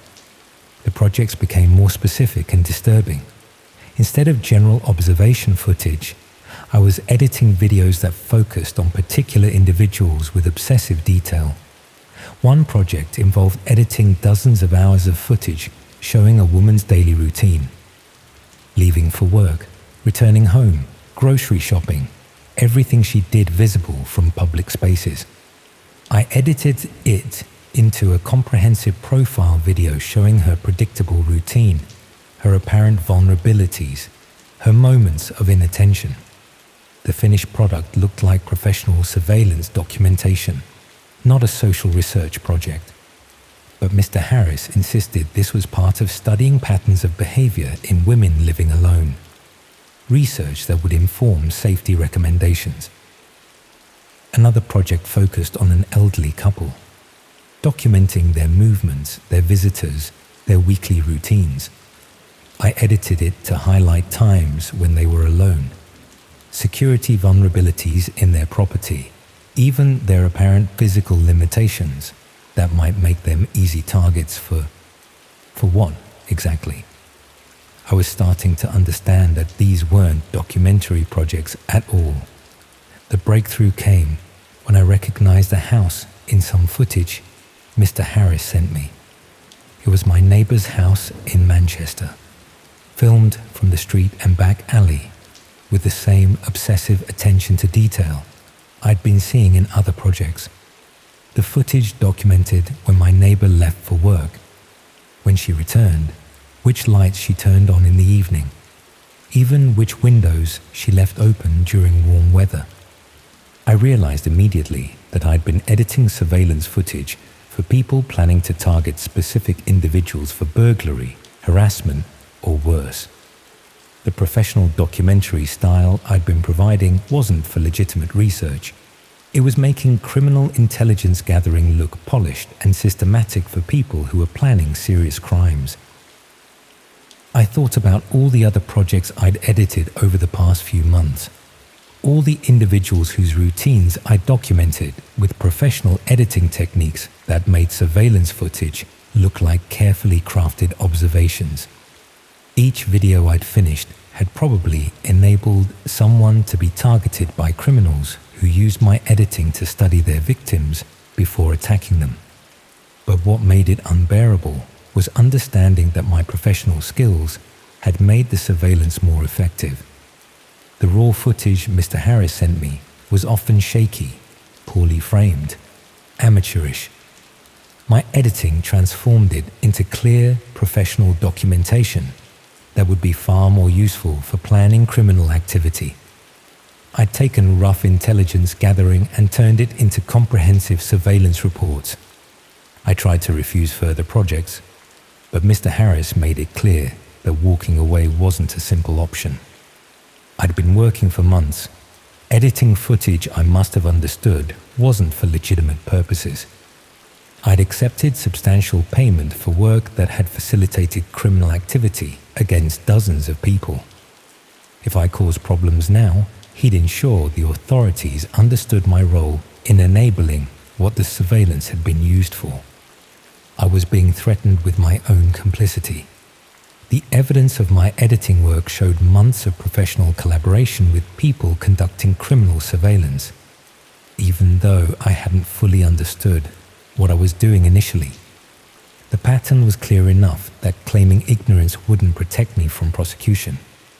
That's when I started keeping copies of all the projects I'd edited, documenting the subjects and the detailed surveillance I'd helped create. I told myself I was preserving evidence, but really I was just trying to feel less guilty about the harm I'd enabled. The videos I'd edited weren't just being used for immediate criminal purposes. They were being shared and sold to multiple people through hidden internet marketplaces I discovered when Mr. Harris accidentally sent me a wrong link. My professionally edited surveillance videos were being treated as commodities, sold to anyone willing to pay for detailed intelligence about specific individuals. I found entire libraries of surveillance videos organized by location, demographic, and vulnerability type. Elderly people living alone, single parents, isolated individuals, all documented with the sort of professional editing I'd been providing. Each video had detailed descriptions of the subject's routines, vulnerabilities, and potential approaches for exploitation. Some videos I recognized from my own editing work. Others were clearly created by different editors, but followed similar professional standards. There was an entire industry of surveillance video production, with editors like me transforming raw footage into marketable intelligence products. But what disturbed me most was discovering how the videos were being used. They weren't just enabling individual burglaries or harassment campaigns. They were being used to coordinate systematic targeting of vulnerable people across the country. Groups would purchase multiple surveillance videos, then coordinate their activities to maximize the impact and minimize the risk of detection. One discussion thread focused on using surveillance videos to identify elderly people who could be targeted through distraction burglary techniques. Members shared the videos they'd purchased, discussing which subjects showed the most promising vulnerabilities and planning coordinated campaigns across different regions. Another section dealt with using surveillance videos to identify women living alone who could be targeted for stalking or worse. Users compared videos, rated subjects based on vulnerability, even discussed techniques for escalating from remote surveillance to direct contact. I was looking at evidence that my editing work had enabled systematic criminal targeting of vulnerable people, and that the professional quality I'd provided had made the surveillance more valuable and marketable. Every technical skill I'd applied, every professional flourish I'd added, it had all increased the commercial value of criminal intelligence about innocent people. The woman whose daily routine I'd edited into that comprehensive profile had subsequently been stalked for months by someone who'd purchased the video through the marketplace. The elderly couple I documented had been burgled 3 times, with the thieves showing intimate knowledge of their routines and vulnerabilities. My neighbour in Manchester had become a target after footage of her house appeared in the marketplace. I'd seen suspicious people watching her property, cars that didn't belong in the area parked outside her house at odd hours. She'd mentioned feeling unsafe, but couldn't explain why, had no evidence of actual threats, just a growing sense that something wasn't right. I knew exactly why she felt that way. Surveillance footage of her home had been professionally edited into a targeting package that documented her every vulnerability. And I was the one who'd done that editing, who'd transformed raw surveillance into the sort of polished product that maximized its criminal value. I tried contacting the police about what I'd discovered, but explaining my role without admitting extensive complicity proved impossible. I'd been editing surveillance footage for months, accepting substantial payment for work I should have recognized wasn't legitimate. The videos I'd created had facilitated serious crimes against real people. The officer I spoke to was professional but frank.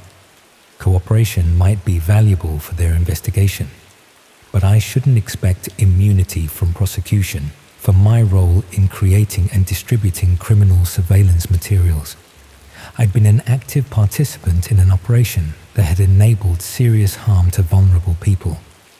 I was advised to stop accepting editing work immediately and refuse further contact with Mr. Harris. But he'd already anticipated that possibility. I started receiving messages reminding me of our confidentiality agreement, emphasizing the documentation they had of my editing work, suggesting that creating problems would result in both legal consequences and more personal difficulties. The harassment escalated when I didn't respond. I received packages containing screenshots from the marketplace showing videos I'd edited, with annotations detailing crimes those videos had enabled. They were documenting my complicity systematically, building a case that would destroy my life if I tried to report their operations. Then I found my own address listed in the marketplace. Someone had created surveillance footage of my flat in Manchester, professionally edited in the same style I'd been using for months. My daily routine, my vulnerabilities, my security arrangements, all documented with the same obsessive detail I'd been applying to others. I was now a product in the marketplace I'd been supplying. My own life reduced to a surveillance video that could be purchased by anyone wanting to target me. The professional editing standards I'd established were being applied to my own surveillance, ensuring the footage would be maximally useful for anyone who bought it. That's when I left Manchester entirely, abandoning my flat and most of my possessions to hide in hotels across the north. I've been moving every few days, paying cash where possible, avoiding any digital traces that might help them track my location. But I know the surveillance videos I edited are still being sold and used. Other editors have probably been recruited to replace me. People who'll make the same rationalizations I did about just doing professional editing work, without responsibility for how the videos are used.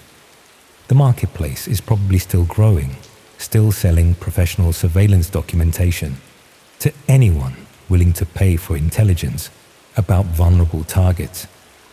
And somewhere in that marketplace, surveillance footage of me is being offered to people who've been told I know too much about their operations. I keep thinking about my neighbor, about the elderly couple who were burgled, about all the other people whose surveillance I edited into professional targeting packages. They went about their normal lives never knowing that someone had documented their every movement, that an editor had transformed that surveillance into marketable intelligence.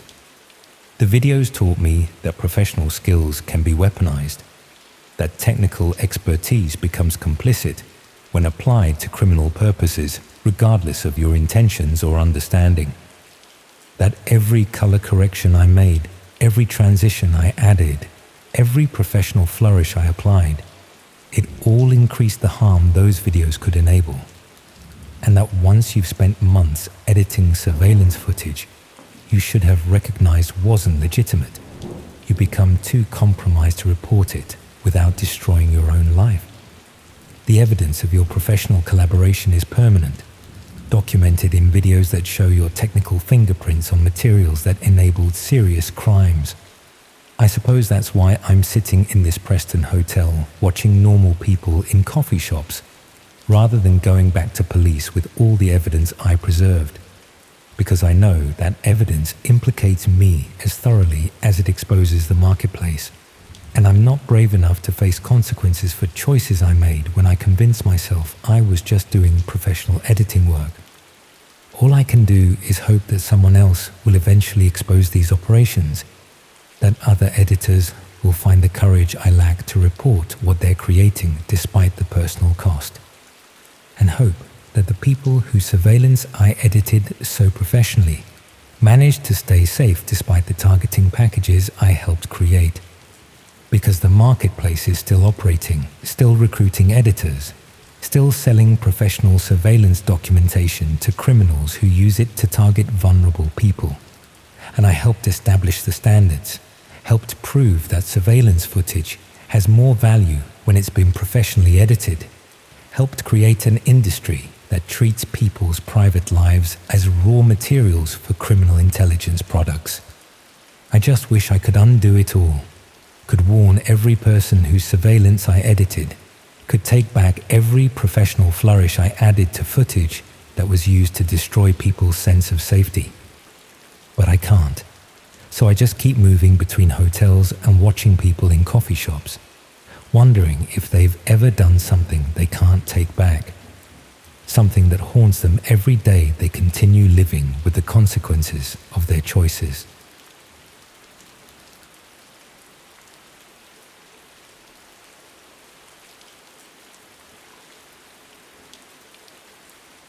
I've never been particularly ambitious, which probably sounds like a character flaw, but has actually served me quite well.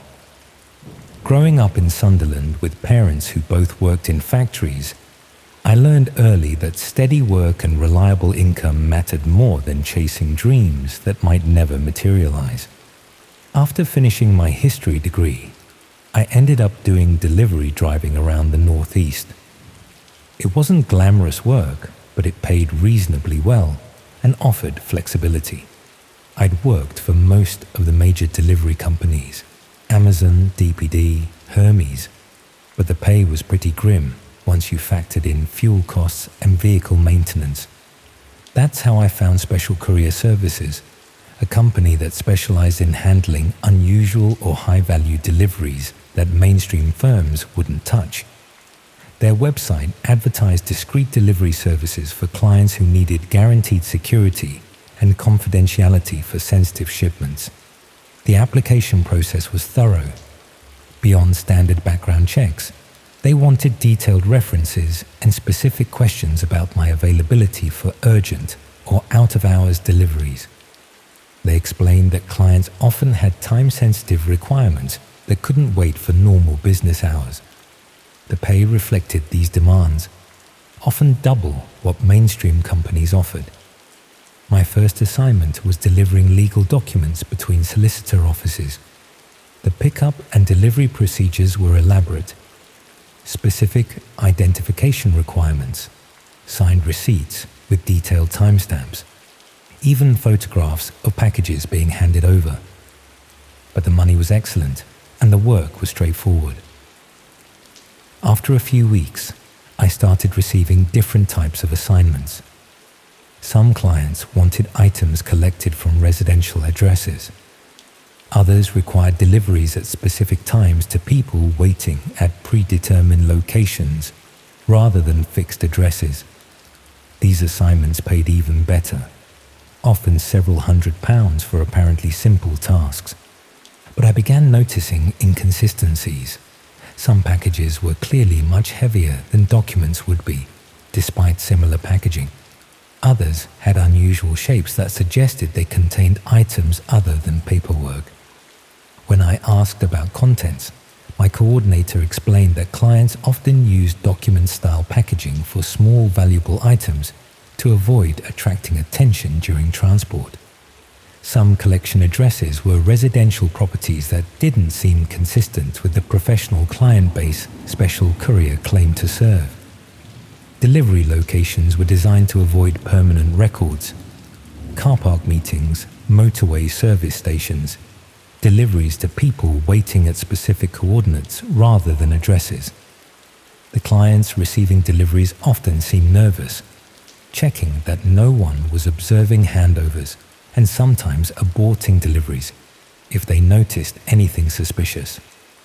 I started suspecting that packages contain items clients couldn't send through legitimate services. I researched Special Courier services and found troubling gaps. While officially registered, there was almost no information about their actual operations. Some collection addresses had connections to businesses investigated for fraud and illegal trading. Many packages seemed part of larger operations involving multiple drivers and complex logistics. I would sometimes arrive at collection points to find other Special Courier drivers picking up similar packages, all destined for different locations, but clearly part of a coordinated distribution systems. The scale suggested systematic distribution of materials requiring careful coordination to avoid law enforcement detection. I was probably transporting illegal goods, drugs, stolen items, counterfeit products, but proving this would require opening packages, violating confidentiality agreements, and risking serious legal consequences if contents were legitimate but sensitive. Meanwhile, assignments became more frequent and urgent. Clients requested immediate pickups with premium payments for same-day service. Some involved longer distances and complex multi-stop deliveries requiring overnight trips. The payments were substantial but meant deeper involvement in whatever system I was supporting. I started documenting assignment details, addresses, package descriptions, suspicious client behavior. This revealed the operation's scale. Hundreds of packages moved between dozens of locations across multiple regions, with careful coordination ensuring deliveries completed according to specific schedules and security protocols. The operation involved multiple courier companies and independent drivers, handling different segments of distribution chains that moved materials without creating traceable connections. I was part of a systematic criminal enterprise distributing illegal goods while minimizing detection risks. But understanding this didn't resolve my situation. I transported hundreds of potentially illegal packages, even unaware of the operation's criminal nature. My involvement could be presented as evidence of knowing participation. The people running it had detailed information about my circumstances and willingness to handle questionable assignments without questions. When I started declining assignments, the coordinator contacted me directly, offering higher payment rates and emphasizing that reliable drivers were valuable assets the company was committed to retaining. The pressure felt excessive for a normal commercial relationship, more like concern about losing control over someone with inside knowledge. I researched other drivers who'd worked for Special Courier and found most had disappeared from courier work entirely. The pattern suggested the company either retained drivers long-term or ensured they stopped working in transport completely. Simply stopping work might not be sufficient. If they considered me a security risk, they might take direct action to ensure continued silence. The packages I transported contained evidence of serious crimes, which gave the company significant leverage due to my potential legal vulnerability. But continuing meant deeper involvement in activities that could result in more serious consequences if law enforcement identified the operation. I was trapped between the risks of continued involvement and the dangers of extraction from an organization with sophisticated methods for controlling essential service providers.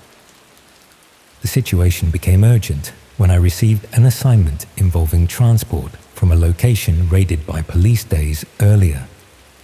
The premises still showed signs of law enforcement activity, but clients were already arranging collection through alternative channels. The operation's speed in adapting to police pressure suggested experience dealing with investigations and robust methods for continuing activities even when locations were compromised. When I expressed concerns about collecting from recently searched premises, the coordinator reminded me of contractual obligations and emphasized the importance of maintaining service during difficult periods. They explained that temporary disruptions were common and drivers unwilling to adapt wouldn't be suitable for continued employment. They offered substantial bonus payments for assignments involving higher risks, but the implicit threat was clear: accept dangerous work or face consequences for refusing to support operations regardless of potential legal exposure. I was being offered financial incentives to transport materials from locations under police investigation, potentially making me an accessory to crimes law enforcement was actively trying to prevent. The assignment was scheduled for the following morning, with collection from the raided premises and delivery to a location confirmed just hours before pickup. That evening, I noticed the same van parked outside my flat that I'd seen near several collection addresses while working for Special Courier Services.